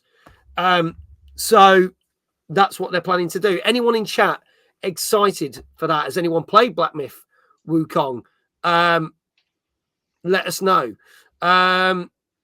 Don't get me started on how bad reviews can ruin someone's day. No, let's not go there, Ben. Let's not go there. Dave, Mike, Have you managed to try the game yet, or excited for the game? No, I haven't had a chance to yet. Too much other stuff out at the moment. I just haven't been able to fit it in. I think maybe I'll go on the Christmas list. I'll see if Santa can stick it in my stocking. Okay. Go. But I'm glad it's doing well. So it's good to hear they're going to do a decent sized DLC. Later on. It's nice to hear of a game doing well, especially in the the current industry, and so many layoffs, and every year, every month, every week there's a new problem, or somebody's lost their job, or this game's not selling well, or what was it, like Hi-Fi Rush, which did absolutely incredibly with the awards, and then next minute they're selling the team off. So luckily the fact that the game is doing well with Wukong, so fantastic stuff. I'm happy to hear it, and I'm glad to hear that it's got a nice big following, a big supportive fan base there, and hopefully the developers will be able to come out with the DLC, and people will be able to continue to enjoy playing this game that they love. Like I said, is that the Journey to the West game? Yes, it is. Manic confirmed that as well. Legend Joe says it looks good, but I feel like it's going to be another cyberpunk kind of thing where might take a while, like we're going to get a couple of years. But saying that, the Cyberpunk DLC came out, was great. And Cyberpunk was a game that I just did not care for. But that DLC was superb. And I'll stand by that. Saying that, I mean, at least with, Wukong coming out, people have enjoyed it since the get-go. Whereas with Cyberpunk, it was very hyped up. People managed to play the game. It was riddled with bugs, and it almost killed it instantly. It didn't really get anywhere good until about 2.5 years. It wasn't really playable for at least 2.5 years, which is pretty shocking, to be fair. Anyone gonna get it? Anyone get it? Get it? Witcher Blood and Wine walks so Shadow of the Earth Tree could run. That's probably very true. They are working on another Witcher game, that they are, as well as the Witcher 1 remake. Yeah, we talked about that quite a few months ago, actually, on this show. All these big influencers got ramsacked to code all at once, and I feel they should have been more advertising first without leaning on creators. But saying that, JL, that marketing probably worked rather than having to spend big advertising budgets. And coming from someone who knows that content creator marketing works, because that's how we sold out Timeless. So I stand by it. Rather than spending on TV advertising, YouTube adverts, all this, which costs thousands and thousands, they got tons of creators, give away a copy of the game, which probably costs them next to nothing. And it shifted. I mean, we just said it literally shifted 18 million copies in the first 2 weeks. That's bloody good. Bloody good. So you can't really argue that. And they've probably not spent anywhere near as much on advertising and stuff. So fair play to them. Fair play to them. Talking of other gaming events, and yes, Dave, I know he said stop mentioning times. We had Simran on our show last week, who is the CEO and founder of Format. And if you don't know what Format is, then check out this video. We can tell you how you can get 25% off tickets straight after this.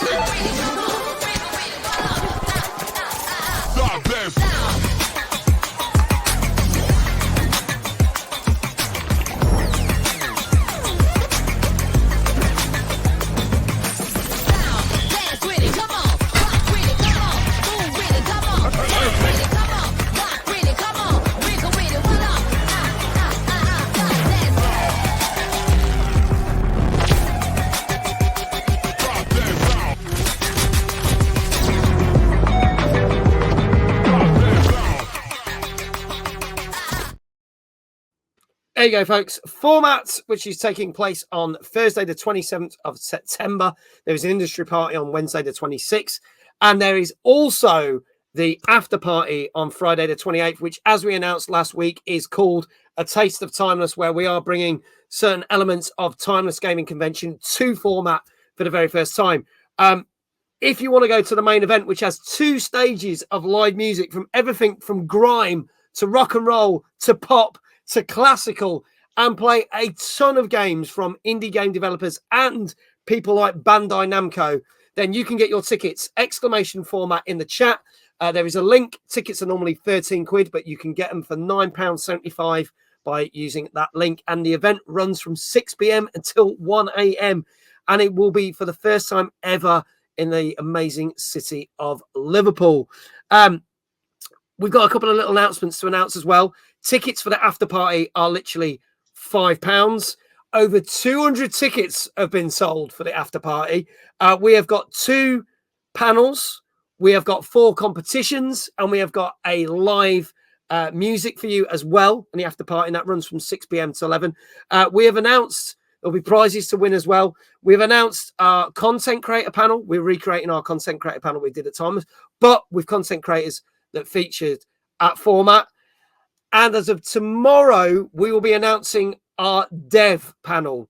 We have got devs from different games, indie games, VR games, and AAA games, which we are announcing tomorrow, where we'll be interviewing them and talking about their experiences of making games and how difficult it is and the route to getting into this in 2024. And announced today, and I'm sure Dave Johnson will be very happy about this, our good friend, Mr. Josh Strife Hayes, who was our host for our content creator panel, has been announced as the official guest host for the main format stages. So if you know Josh from Session Zero D&D, or you saw him at Timeless, he will be there as well. And he is the official host for the 2 stages for all live music, which is pretty freaking awesome.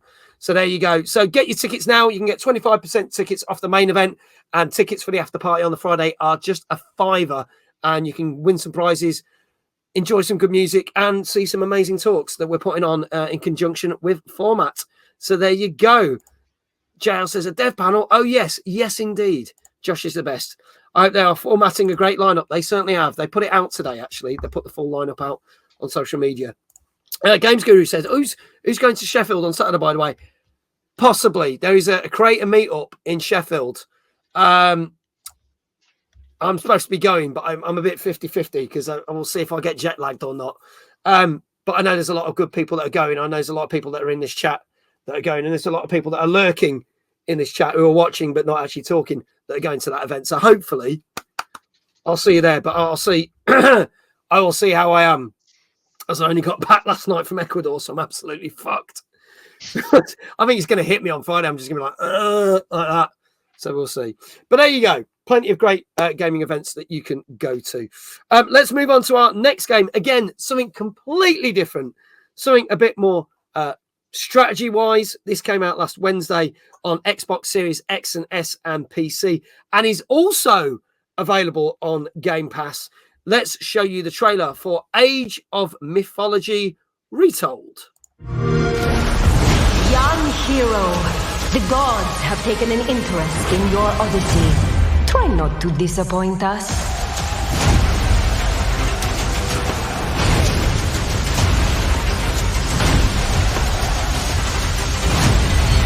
No matter what armies you face, what power you wield, or what creatures you unleash, we trust you will find a way to write your own legend.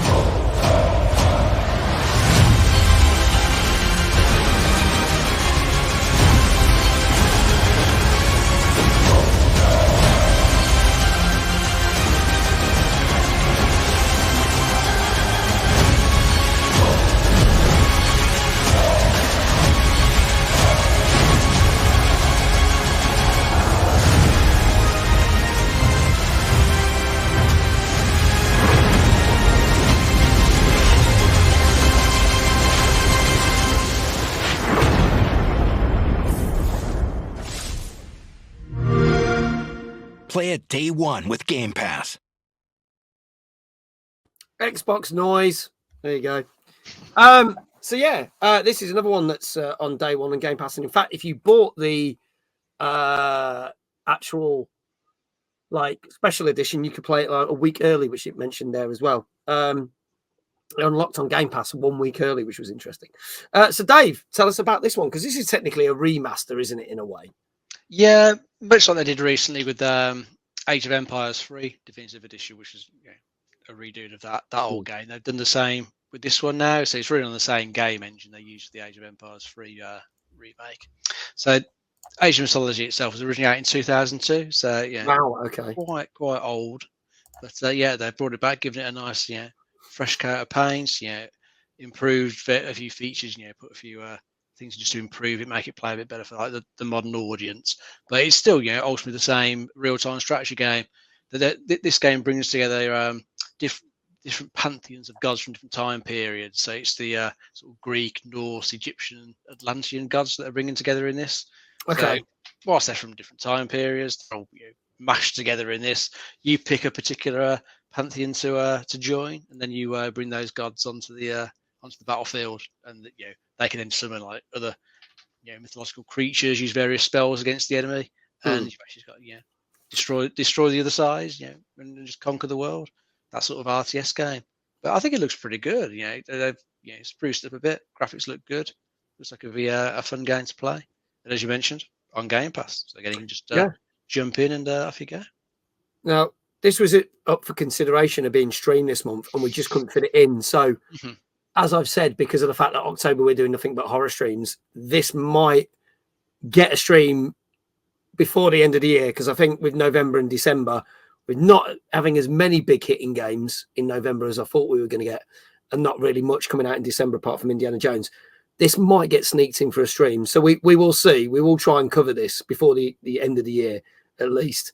But yeah, I'd give this a go. It's not, again, my number one go-to genre game, but I'll give it a try. It certainly has had my interest for quite a long time now. Mike, your thoughts? Well, I've never really been one for like the Age of Mythology or Age of Empires games. To be fair, I mean, I do quite like Greek mythology and like ancient Egyptian mythology and that kind of stuff. But I do find it is something that gets thrown around a lot these days in games, especially like, for example, it was brought up in Assassin's Creed. Was it Phoenix Rising as well? Smite also has a lot of like Greek mythology characters coming into it, and some other games as well. And it's, I don't know, I think I'm ready to move on from Greek mythology being thrown. I mean, I'm all for it, and for people that enjoy like Greek mythology and that, but it's like there's only so many times you can retell the same story. That's fair. Okay, chat. Get your scores in. A couple of people. I think everyone's agreeing on the score at the moment. Dan said it's 8. It has to be. Gozzo 8. JL said an 8. Manic said an 8. Yeah, it seems to be. Everyone seems to be saying that. Dave, I'll start with you on this one. What do you reckon this has got? I'm going to go for an 8 as well. Looks an 8 as well. Solid from what I've seen. Yeah. Dave Johnson says an 8 as well. Will says an 8 with question marks, maybe. Mike? I'm very, very inclined to go with the flow with everybody on this, but I'm going to say a 7.5. Okay, so just a touch lower with this one. Just a touch lower. It could go the other way. It could be an 8.5. It could be, couldn't it? You just don't know. That's the gamble you take. That's the problem, isn't it? Yeah, that's it. Iquel says 8. Wouldn't it be rude not to, wouldn't it? Well, you're letting everyone else go. Folks, last chance to get your scores in. This is Age of Mythology Retold, which came out last Wednesday on Xbox Series X and S and PC, and is free on Game Pass. And if there are no other scores, Games Guru snuck in there with a 7. Okay, 7 there. If there are no other scores, I can tell you that it's true. It could go one way or the other. And it went the other way because this got an 8.5 on average out of 10. So there you go. So that actually tricks everyone on this one. I don't think anybody got that one right. No. That's the way it goes. 8.5, making it our highest scoring game of the night so far. So there you go. Let's move on to the next game now. As mentioned, Dave has been playing this. I will be streaming this because this turned up while I was away. We'll be playing this tomorrow. We're not doing a community night because I wanted to fit this in the streams. Playing this tomorrow night. I can't wait. I've been so hyped for this. Astro is something that's started off as a VR thing, and then there was a little thing on the PSP, and then we got the amazing Astro's Playroom, which is still probably the best thing that's ever come to PS5, ironically, and it was technically a tech demo. But now we get the full game, and we can't wait. This is out last Friday. This came out on PlayStation 5 So let's go for this. This is the trailer for Astrobot. Let's go.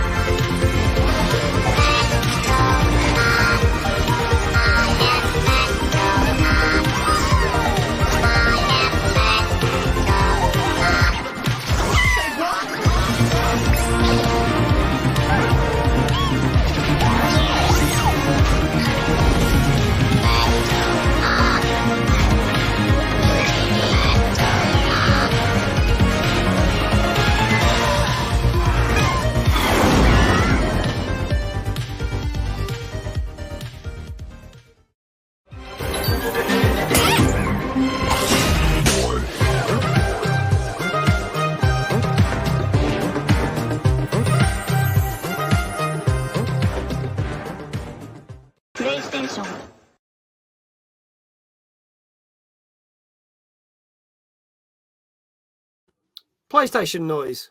Might as well do it. We can do one for Xbox. I got that. It almost, when we play the trailers, it normally scares people. We get that dunk. People like last week were like, Jesus Christ, that trailer. But there you go. So yes, the wonderful Astrobot came out last Friday. I can't wait to play this, and that's all I'm going to say on it. Someone said, did I see Ape Escape reference? I am going to say, not only have they taken references from iconic PlayStation games, but also other games that are iconic, such as Tomb Raider, but also some well-known indie games. So Ape Escape could be in there. I know that Humanity, that came out last year, the game where you had the dog, that's in it. I know a number of other indie games that did well on PlayStation also included. So there's some real clever things in there. Yeah, God of War being a very obvious one. There's Uncharted, Crash Bandicoot. Sure, I saw Parappa the Rapper as well. Yes, you did. Parappa the Rapper is in there. So there's some iconic ones, classic ones, and apparently there's over 200 of those, 150 to 200 of those characters that you need to find, which sounds amazing. Dave, tell us all about it. Yeah, so I've been looking forward to this for ages since it got shown the State of Play a while back. This went to the top of my list because I absolutely loved the Astro's Playroom. Before that, the VR version, which was awesome. It's just been a really, really strong series. It's just really inventive. It's just bright and colourful, and for me, it's just full of joy. I absolutely love playing it. It's a fantastic game. It's sort of been done so well. It's got so much sort of clear love from the developers behind it. It's so well polished, so inventive. It's definitely up there with what Nintendo do with the Mario games. It's up at that level. It's that good, and it's still the best example of what the DualSense controller can do, because it does so much with it. You use the motion controls and you're entering each level, flying your little ship around, and then you get all the sounds that it makes. When you capture the bots, you can flip the pad up and they'll spin around on screen, then land back in the pad. It just does everything so well, and it is cool to find all the little hidden bots as well, all the little references. It's like I found Leon Kennedy and Claire Redfield the other day from Resident Evil 2. Oh, nice. Okay. Cool. There's so many that you're going to find. Some references you might not get if they're really obscure. So a few I'm definitely going to have to look up. But it's been good fun trying to find everything in the levels. And the one thing that's quite nice actually, if you really can't find stuff in the levels, when you next play the level again, you get a little option to spend 200 of the coins you collect, and a little bird will follow you around and you will point out where the hidden stuff is. Oh, nice! So, you'll never get completely stuck and be completely been able to find it, you can it's got a thing in game to help you out. So it's really, really good. Thoroughly enjoyed it so far. I'm currently on the second world and found quite a few hidden things as well. Nice. I'm sure there's plenty more to go, so I'm going to be playing this a hell of a lot more. Ooh, okay. You'll love it. It's really I you know, when you're so sure about a game that even when you haven't seen much about it, you think this is game of the year material. Oh, I think it's definitely. I think I'm holding a game of the year right here. potentially. I think I'm going to get a lot of joy out of this tomorrow. So I'm looking forward to it. Mate. You will indeed. So yeah, 9 p.m. tomorrow, UK time. Watch me play this. So gonna hold on to this for dear life. Mike, your thoughts, because obviously we were talking about this earlier, and you were saying this, you know, this could be big. So I mean, this coming from, like I said before, you know, Nintendo fanboy, and do you know what? If I happened to have a PS5 in my stocking this Christmas and it came with Astrobot, I would be a very, very happy gamer, I would say, because it does look like a lot of fun, especially from like the trailer, and it does capture that almost like Nintendo magic, to give it a name, that kind of thing, but with a lot of callbacks and a lot of references to a lot of, you know, I mean, Sony PlayStation's got a rich enough history of its own, especially, you know, the amount of video game characters and mascots that it's had over the years, especially in like the PS1, PS2 era. So yeah, I mean, I can definitely see this as game of the year, because to be fair, I mean, I have skimmed over the other like showcases over the year from like Xbox and Nintendo and PlayStation, and there's not really been anything there that's wowed me. And as much as I would love, you know, the next Zelda game, Echoes of Wisdom, to be, you know, game of the year, I'm not going to fool myself, and I just know Astrobot is, that is a true contender right there. Yeah. Okay. Well, there's a lot of people in chat saying that this could be a really big, high-reviewed game. Dan said no questions, 9.5. Dan said got to be a 9.5. Gosso said 9.5, strong win. Manic said an 8. A drawn unicycle. Hello, good evening. Says hello, everyone. I'm going to pick this up at some point. It looks like so much fun. 9.5 says iQuail. Legendary JL again, 9.5. Drawn unicycle, 9.5. Manic says 8 Astros out of 10. If this goes to 10, it will be massive. I can't remember if we've had a 10 this year. Oh, well, yes, we did. Shadow of the Erdtree, didn't we? So we've had 1 10 this year. It's the only game we have had. They got an average of 10. Flame says an 8. Mike, I'll start with you. What do you reckon this has got? I think now, if we're just going by like professional reviewers and that for like big sites, then I can see it being very, very, very high. Perfect 10. There may be 1 or 2 there, maybe a good few, but there are going to be a lot of other reviews that would bring that score down. So I would say 9.5. Yeah. 9.5 from Mike. Dave, what say you? Exactly the same from me. I was thinking the same thing. I'd give it a 10, but I'm sure there's some reviewers giving it a 9. So yeah, it'll leave it out. Okay. All right, so you're going for 9.5 as well. Okie dokie. Last chance, folks. This is Astrobot, which came out last Friday on PS5. If you want to get your scores in, you've literally got about 5 seconds, because I can tell you that this, which makes me even more excited to play this tomorrow, on average, got a 9.5. Well deserved. So, well done, Mike. All Mike's socials and his website will be appearing in the website very soon. Everyone else that got a 9.5, congratulations, well done. And as I say, do go follow all these wonderful people, but go follow Mike. That's more important because he's our guest tonight, so go do that. All his website, his blog, Facebook, Insta, YouTube, with the new podcast and everything is on there, Twitter, etc.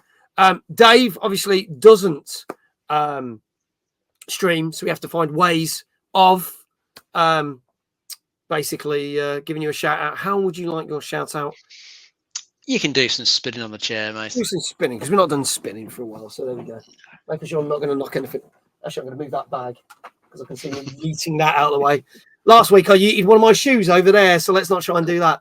So here we go. This one's for Dave. Don't forget exclamation Dave in chat if you want to talk along. In 3, in 2, in 1. Dave Astrobot. Very nice. There you go. I couldn't quite do 9.5 spins, so I kind of just did about 6, whatever it was then. And I'm now very dizzy. 9.5 spins, you'd be facing the other way, wouldn't you? Probably, yeah, I would. I'd be like that. So, our next game this evening, ladies and gentlemen, is going to be... Yeah, it doesn't quite work, does it? It doesn't quite work. So, there we go. Let's move on to some gaming news now. There's something that Dave said that he was trying out, so I want to get Dave's opinion on this. So, Mike, if there's anything you want to contribute to this, you're absolutely fine.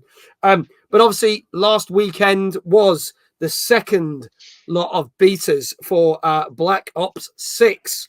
And obviously, we're getting very close to the brand new Call of Duty game coming out. But they tweaked some things from the last beta. And there's a whole list. And you can go on the Treyarch blog and website and the social medias. You can even go on IGN and look at all the list of stuff.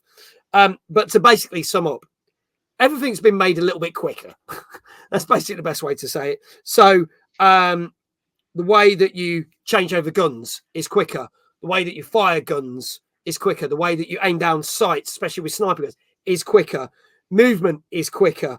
And one thing that obviously people said that it was obviously also hand-to-hand combat and stuff is quicker as well, because they're that bit slow.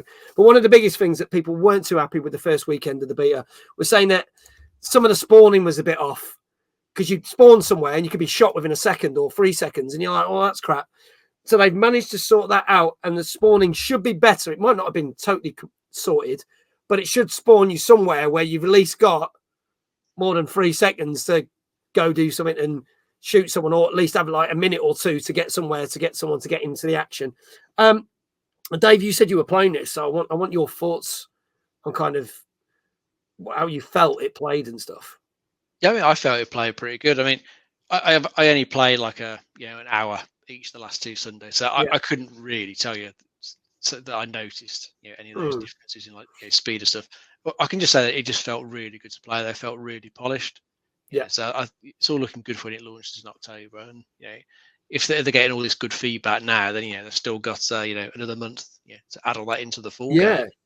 But yeah, I had great fun playing it. I mean, I haven't played Call of Duty multiplayer for absolutely years.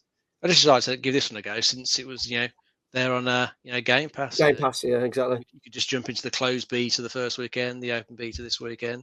So I thought, why not give it a go? And really good sort of fast-paced multiplayer. Maps just not too big, just a reasonable sort of small to medium size, so that you're not out of the action for too long. You can spawn, get back into it, get a few kills, try and play the objective. It was good and fast-paced.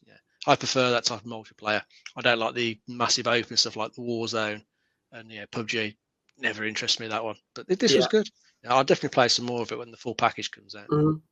Yeah, I'm not normally that bothered about COD, but again, like you, it's coming to Game Pass. We'll give it a whirl. Yourself, Mike? Any thoughts? Not really many, because obviously it's not coming to a Nintendo platform, and I have played some COD games in the past, but it's can be a bit hit and miss when it comes to games like that, because I normally with like first person shooters I steer towards more like not first person, sorry, but more like single player campaigns, that kind of stuff. So when you get death matches and things, I mean, I do like playing that with like friends, but like randomly online playing, and there are a lot of as we know them, sweaty players out there that soon get very, very good at the game. And like you said, Dave, about players spawning into the game and then like within a second they're respawning again because someone shot them down. So I'm that person that constantly gets shot down.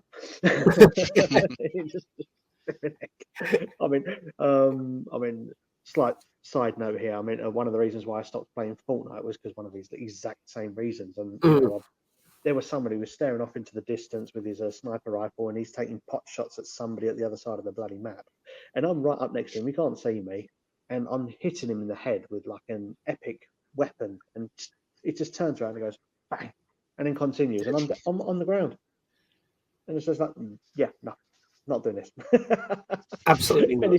And if COD is anything like that, then yeah, I mean, as much as I love me first-person shooters, like Doom, absolutely love it and stuff like that. But when it comes to multiplayer, local for me.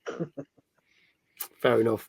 Well, we'll all get to try out it in October when it comes out and lands on Game Pass for the very first time from day one. So we shall see about that. Let's move on to our final two games of the night. Our next game came out last Friday as well, but it's a collection of two classic and well-loved games from the Ace Attorney series. This is the Ace Attorney Investigation Collection, and this is available on PS4. Eternity since we got a new game. I know. Well, hopefully with all these, because we over the last 2 years as well, they've been churning out all these collections. So maybe it's something's going to happen. Who knows? Yeah, if they're selling well enough, why not make more? Yeah. I think hopefully they will. This is out on PS4, Xbox One, PC, and we got a Switch game. It's also out on Switch. So there you go. Let's have a look at the trailer for this. This is the new Ace Attorney Investigation Collection. Here is the trailer. Let's go.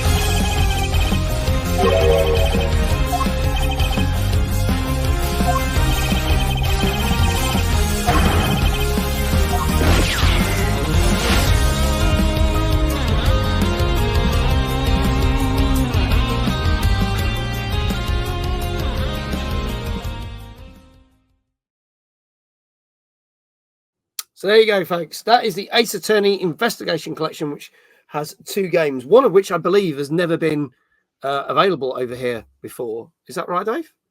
Yeah, that's right. The second one, Ace Attorney Investigation 2, was a Japan only. So yeah, first time to play it in the West.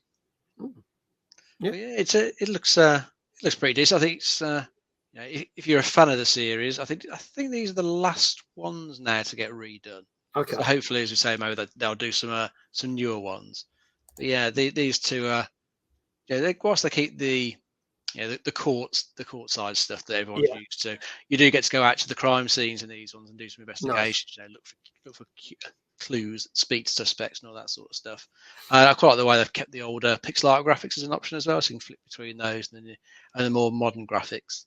As you can see in the trailer as well, they've added a few other modern conveniences. There's like a story mode that will help you by just solving the puzzles for you. So if you get stuck, you just quickly flick it to that, and it'll move the thing along for you. so you don't get stuck for too long.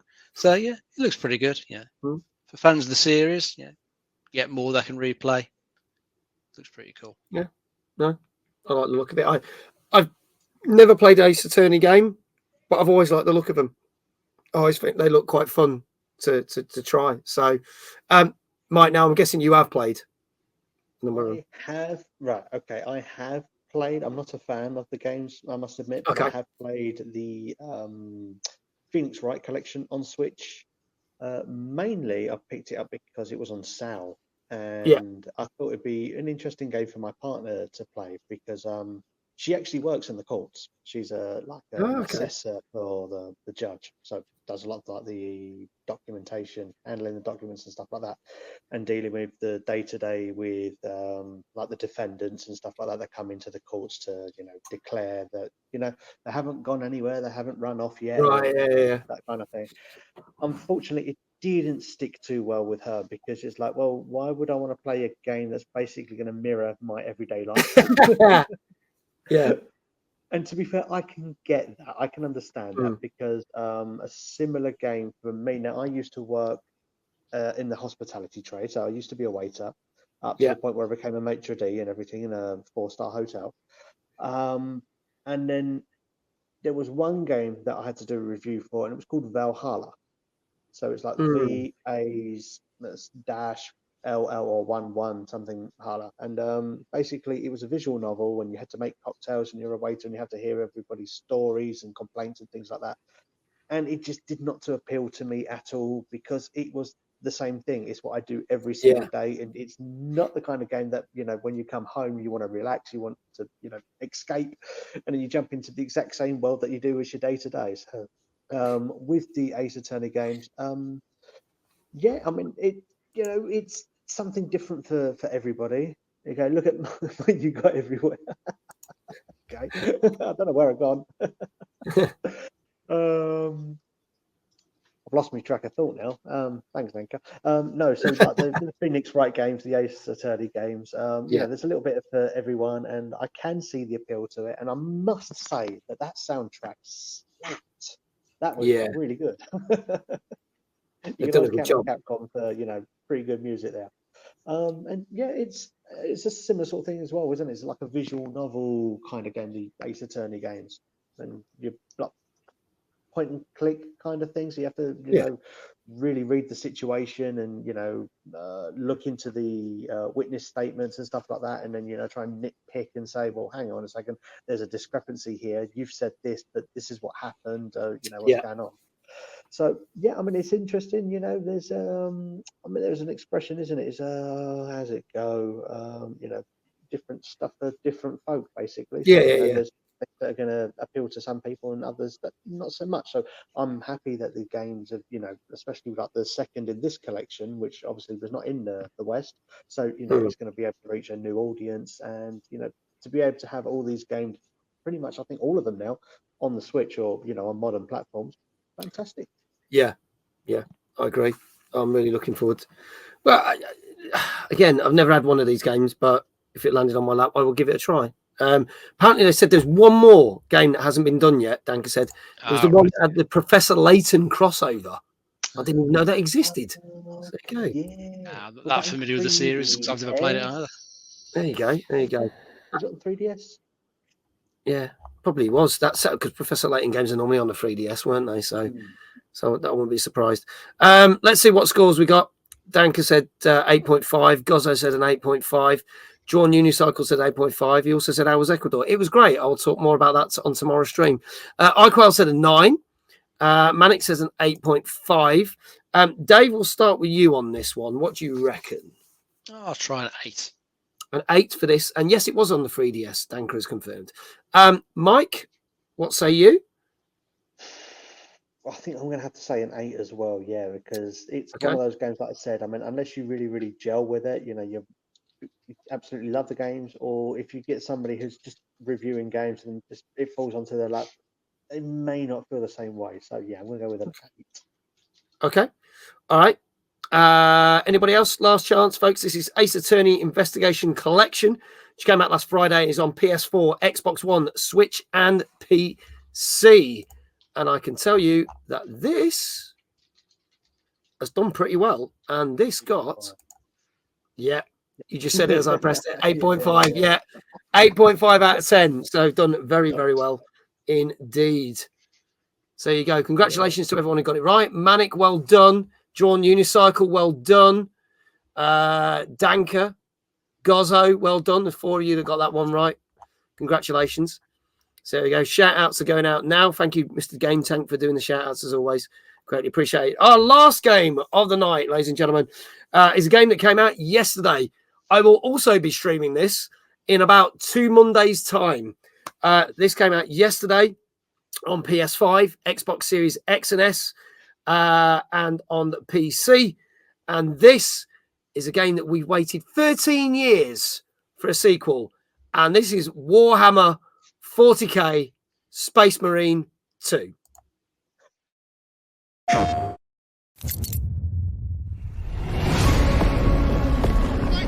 We've got more incoming from the east.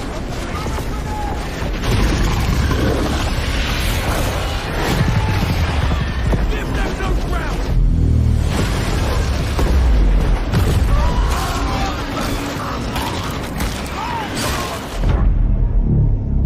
Angels! We're saved. Brothers, we fight. For Astrobot! We will cover your approach. Victory or death.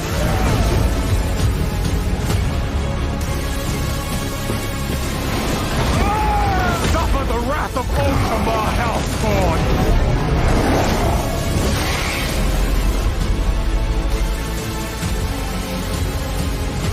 In his name I will fight.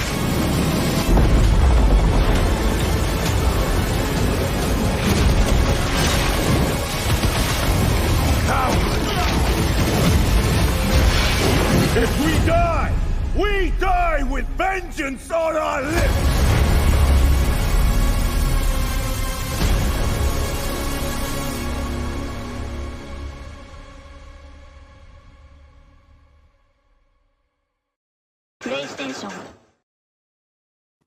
PlayStation noise. There you go. Yes, Space Marine 2 is finally with us. Dave, tell us a little bit more about this one. 13 years in the making. Yeah, it's been a long time coming.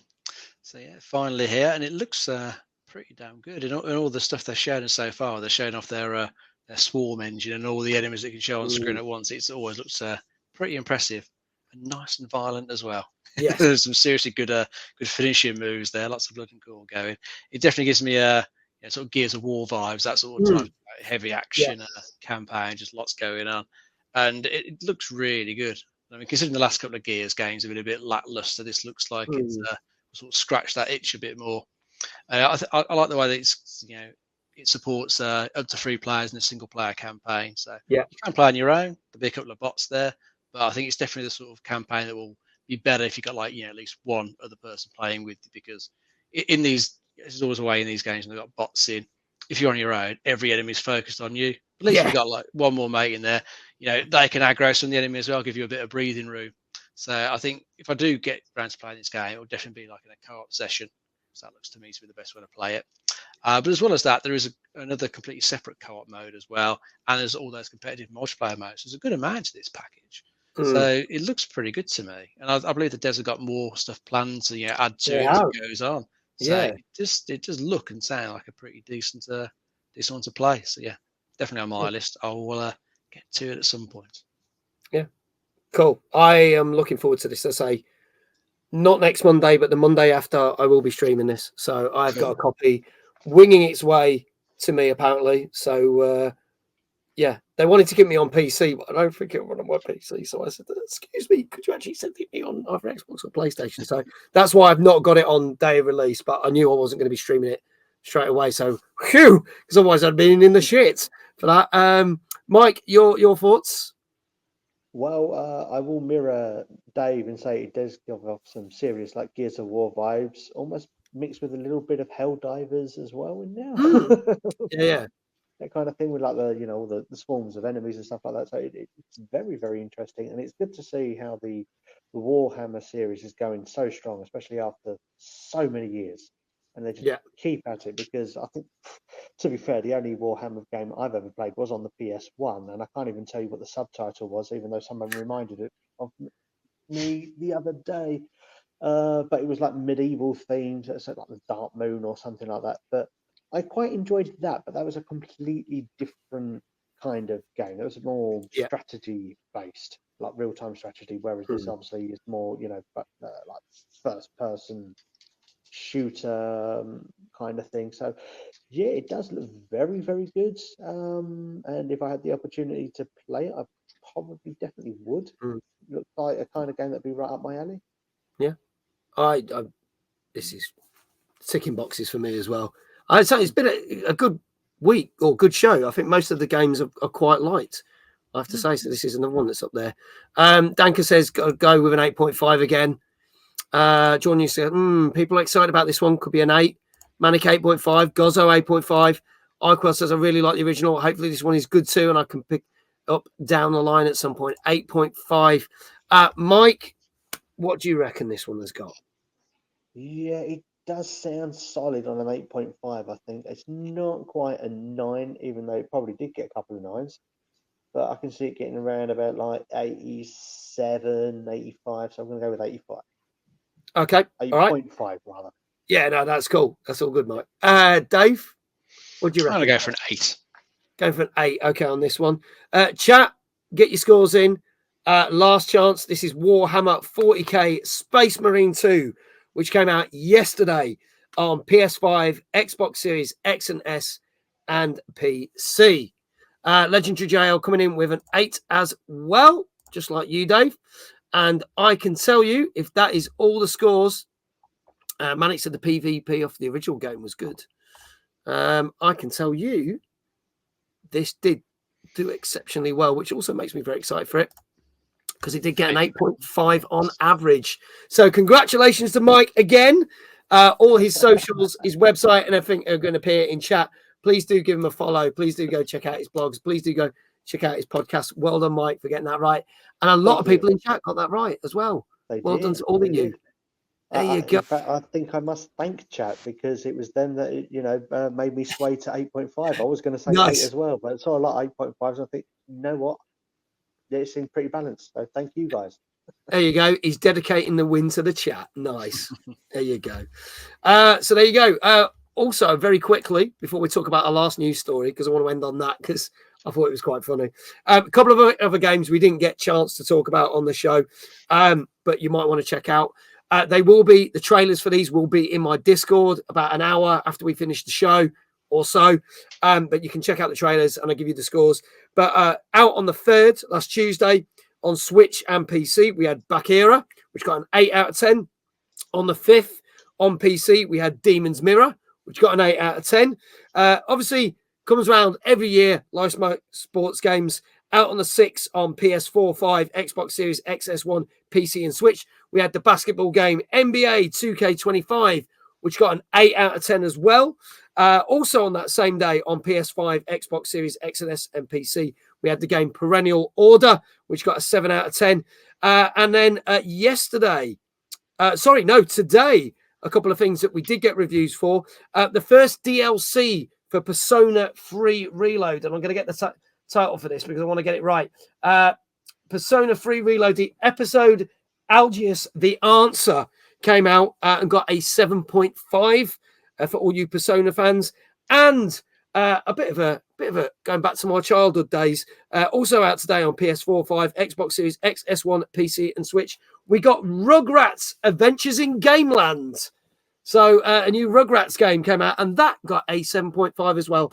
All the trailers for that are available or will be available in the Discord. If you want to join the Discord and check out those trailers, !Discord. And moving on to our final news story of the night before we close up the thing. And I thought this one was quite funny. Popstar tells Rockstar to get fucked. That's the headline. I kid you not. This was the headline. So, GTA 6 will be approaching next year. We obviously, a lot of GTA games have iconic soundtracks with lots of different R&B, hip hop, rock, pop songs. Yes, Manic, there is a Rugrats game. Nobody knew about it. It literally just drops. Oh, there you go. And Danka says you want to try it. It'll be on the Epic for free. So there you go. Play Rugrats. I didn't even know it was a Rugrats game until today when I was writing the show. I was like, holy shit, because it wasn't even in my game lists. So there you go. But anyway, we digest. So the new GTA game, they're obviously sourcing music for the game. And over the weekend, a pop star announced that he was very unhappy with the amount of money he was offered to have it feature in the game, and basically said he was lowballed. And because of that, he basically told them to get fucked, in his own words. Okay, I don't even have to do air quotes. He told them to get fucked. That third person is a chap called Martin Ware. If you are not familiar with Martin Ware, he was originally in the Human League before the Human League got big, and then was in Heaven 17. The song in question is obviously Heaven 17's biggest hit, Temptation, if you remember that song, which was a hit in the 80s and a hit again in the 90s as well. It resurged again. And the reason he's not very happy is because they offered him, bearing in mind it was him and two others that wrote the song, $7,500. But that was it. $7,500, a one-time offer, and then they can use it as many times as they want for the lifetime of GTA 6. Now, bearing in mind, that meant it would have to be split 3 ways. So he was going to get £2,225. I thought it was actually 7,500 each. I'm sure I just read No, that it was. No, it came out that it wasn't 7,500 each a couple of days later. Because people want to clarify, because he also stated in the same comment that GTA 6 made over 8 million within the first couple of weeks of it or something. And someone said, well, it can't be GTA 6 because that game hasn't come out. So he'd misstated stuff. But they only were going to get about, I say only, I would like to have 2,225 in my bank account right now. But stated that it was split between 3 of them. And his point was, they were giving it the old exposure. Now, like Tom Petty's track, Love is a Winding Road, which was used for the trailer, which has gone on to be streamed more times than ever before. Bearing in mind that that needs something like ridiculous, like a couple of thousand streams to get like the equivalent of $1, right? But it has been streamed a hell of a lot. He was stating that the amount of times that it would be used and played in the game, and it could be used for another 10 years to come, and they won't get any money from it, they wouldn't see much revenue, even if it brought it back into favor and would be streamed. And he felt that it was quite a low offer for the fact of how long they want to use it. So it's not like some of these games where they have a strict contract and after a couple of years they have to change the song in the game. No, it'll be there forever. And he basically said that because GTA 5 alone, not even including the online version, made so many millions, surely they could basically afford more than something that was only 4-figure sum split between 3 of them. Some people have jumped in favor of the band. Some people have jumped in favor of Rockstar, saying you probably would make a lot of money off Spotify tracks alone because people would hear it over the next few years. So maybe you should go fuck yourself with your arrogance. It's a bit of a funny one. I'm not going to get into the ins and outs of the music industry. Obviously, I do understand the music industry very well because I worked in it for many years. I'm a little bit half and half with this. I feel that they, for such an iconic song, they probably could have offered more money. But I also feel for an act that is not really relevant. And Human League still tour and put albums. Please quote me if I'm wrong.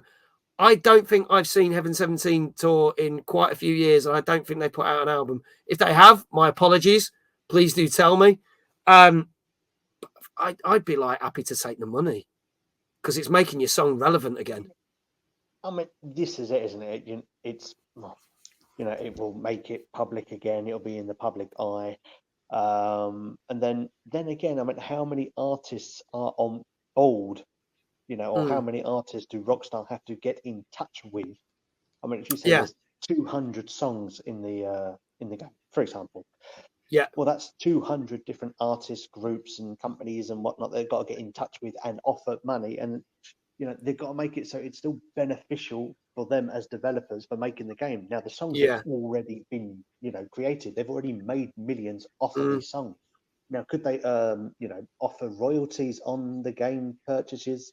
Well, perhaps, but then again, they can't offer too much because obviously, if they got 200 artists that want their royalties from the game, they're not going to end up with anything for themselves, are they? And then again, even though the song is going to be in the game, how many people are actually going to listen to it? Yes, because you might be that you don't listen to that particular radio station. Let's say it's used as a radio station in a car, not used as a title track somewhere, and you don't tune to that station, you may never hear that ever. You may hear, or you might hear 30 seconds of it. 10 years that it's been played. Yeah. So I think it's a funny one. Dave, any thoughts on this? I think you covered most of it off, but it would definitely give them more exposure, because I'd completely forgotten about the song and Heaven 17 until this came up this week. So already it's given them a bit more exposure. But I think it's like, you said earlier, now you've got to get a stupid number of streams, haven't you, in some of these platforms before you get anything decent coming back. So even if it gets the exposure, it still might not make a huge amount. And when you consider how much money Rockstar made off GTA 5, I'm sure they could afford to pay a bit more if they really, really wanted the song. But I'm sure they've probably got a fucking massive list of songs that they could go for. Just cross this one off and move to the next one on the list. I think that's very true. I mean, ironically, obviously, we said that Martin was part of the Human League. Well, Human League have had 2 of their tracks featured in previous GTA games. Obviously, the biggest one being "Don't You Want Me, Baby." I let the chat go, "Whoa!" But there you go. And Dan said, "Artist, he did well to resist the amen temptation." There you go. Temptation. We best stop singing it, otherwise they'll want royalties from this show. Yeah, true. Yeah, God, and we haven't got the budget for that. Action. Whoa, says JL. It will be kicked back into streams when the second trailer gets revealed. I'm sure it will. So there you go. Just jumping back on what does anyone remember Cradle of Filth covering Temptation? I didn't know they did that. I'll have to listen to that. I'd rather give some money to Cradle of Filth then. They haven't. Oh, this is going back to the thing. They've heavily hinted the ROM version, the NES version of the Rugrats game will be available to download and can be played on real hardware with a flash card. So there you go, Rugrats fans. It's a good week for Rugrats fans. There you go. Anyway, that is our show, ladies and gentlemen. Thank you so much for being here and listening to all the new games. As I say, if you want to find out more about any of the new games that are there, I wonder how many streams they get off for telling Rockstar to get fucked. I wouldn't tell Rockstar to get fucked if they were going to offer me something. I can tell you that now. Dan, thank you for the 100 bits. Greatly appreciated. Should we get Don't You Want Me, Baby as a Christmas number one? Oh, it was a Christmas number in 1981. Bloody hell. I didn't know that. There you go. Good on Human League. I like Human League.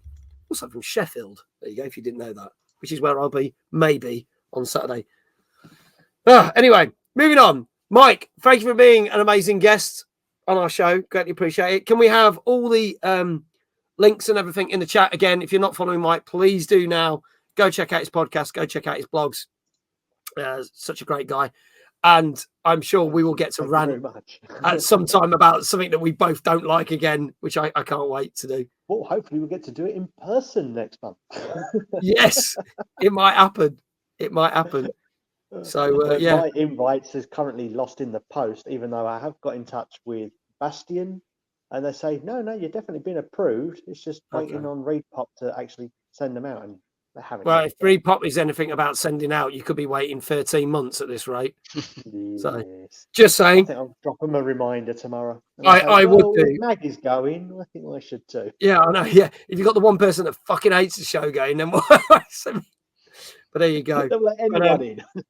I know. I literally got an email Monday last week to still say they're trying to sort out my merch from nearly 11 months ago. Still. Probably why they've sent me the fucking tickets, because they know they can't find the merch now. They've probably lost it or don't sell it. But sold it on. I know some of the staff can sell the stuff on. Yeah, I know. Unbelievable. But anyway, we digest. We will talk about that said event somewhere else. If you want to go to a better event, there's your tickets for Format. Get 25% off. Thank you, Dan, for doing that. That's good. Good segue. Moving on. Dave, thank you as always. Always a pleasure. Thank you for being amazing. And my amazing co-host as always. Jesse said, oh God, who mentioned the EGX? We're going to be here all night. Hopefully not. We're wrapping up the show. Thank you to everyone in chat. Thank you to the mods as always. Thank you to Dave, my manager, for basically just stating that he wants to fight me at Format. So that'll be an extra little bonus, as well as the bands and the panels. We'll be beating each other senseless with barstools. Sweet. And that's all included in the ticket price. You don't get that at EGX. So there you go. Thank you so much, everyone. We're going to go out with a raid. As I said, I am back tomorrow with Astrobot, which I can't wait for. Seriously, I know there's a lot of games that I say, oh, might be in my top 5 games of the year. This seriously could be. Yeah, we'll see. It could be my number 1 game of the year. Seriously, could be. Let's see who's on, and we can raid. I think there's a real obvious one that we can go for. But then if just seeing if there's anybody else that we could raid. Oh, I'll tell you who we haven't raided. I don't think we've ever raided her. One of our cosplayers from Timeless, the brilliant Referia. She is on and she is playing Dead by Daylight. That's perfect since we talked about casting of Frank Stone. So let's go raid Referia. Go say hello. She was one of our mates. She helped run the Tekken 8 competition with Jinx, who I can confirm will be on our Halloween special again. So, Dave, we've got to get dressed up again for that. So, giving you about 6 weeks' notice. All right, mate. So I'll see what's announced. We'll see what we're going to. I've got to come up with a new costume. But that's it. Thank you so much, everyone. I will put the details of the raid there just in case it doesn't go over. And all that leaves for me to say is, wherever you are in the world, folks, have a great morning, a great afternoon, or a great evening, and I shall see you tomorrow at 9 p.m. for Astrobot. It's going to be great. I can't wait. Thank you so much. Take it easy. We'll wave. Good night. Good night. Bye.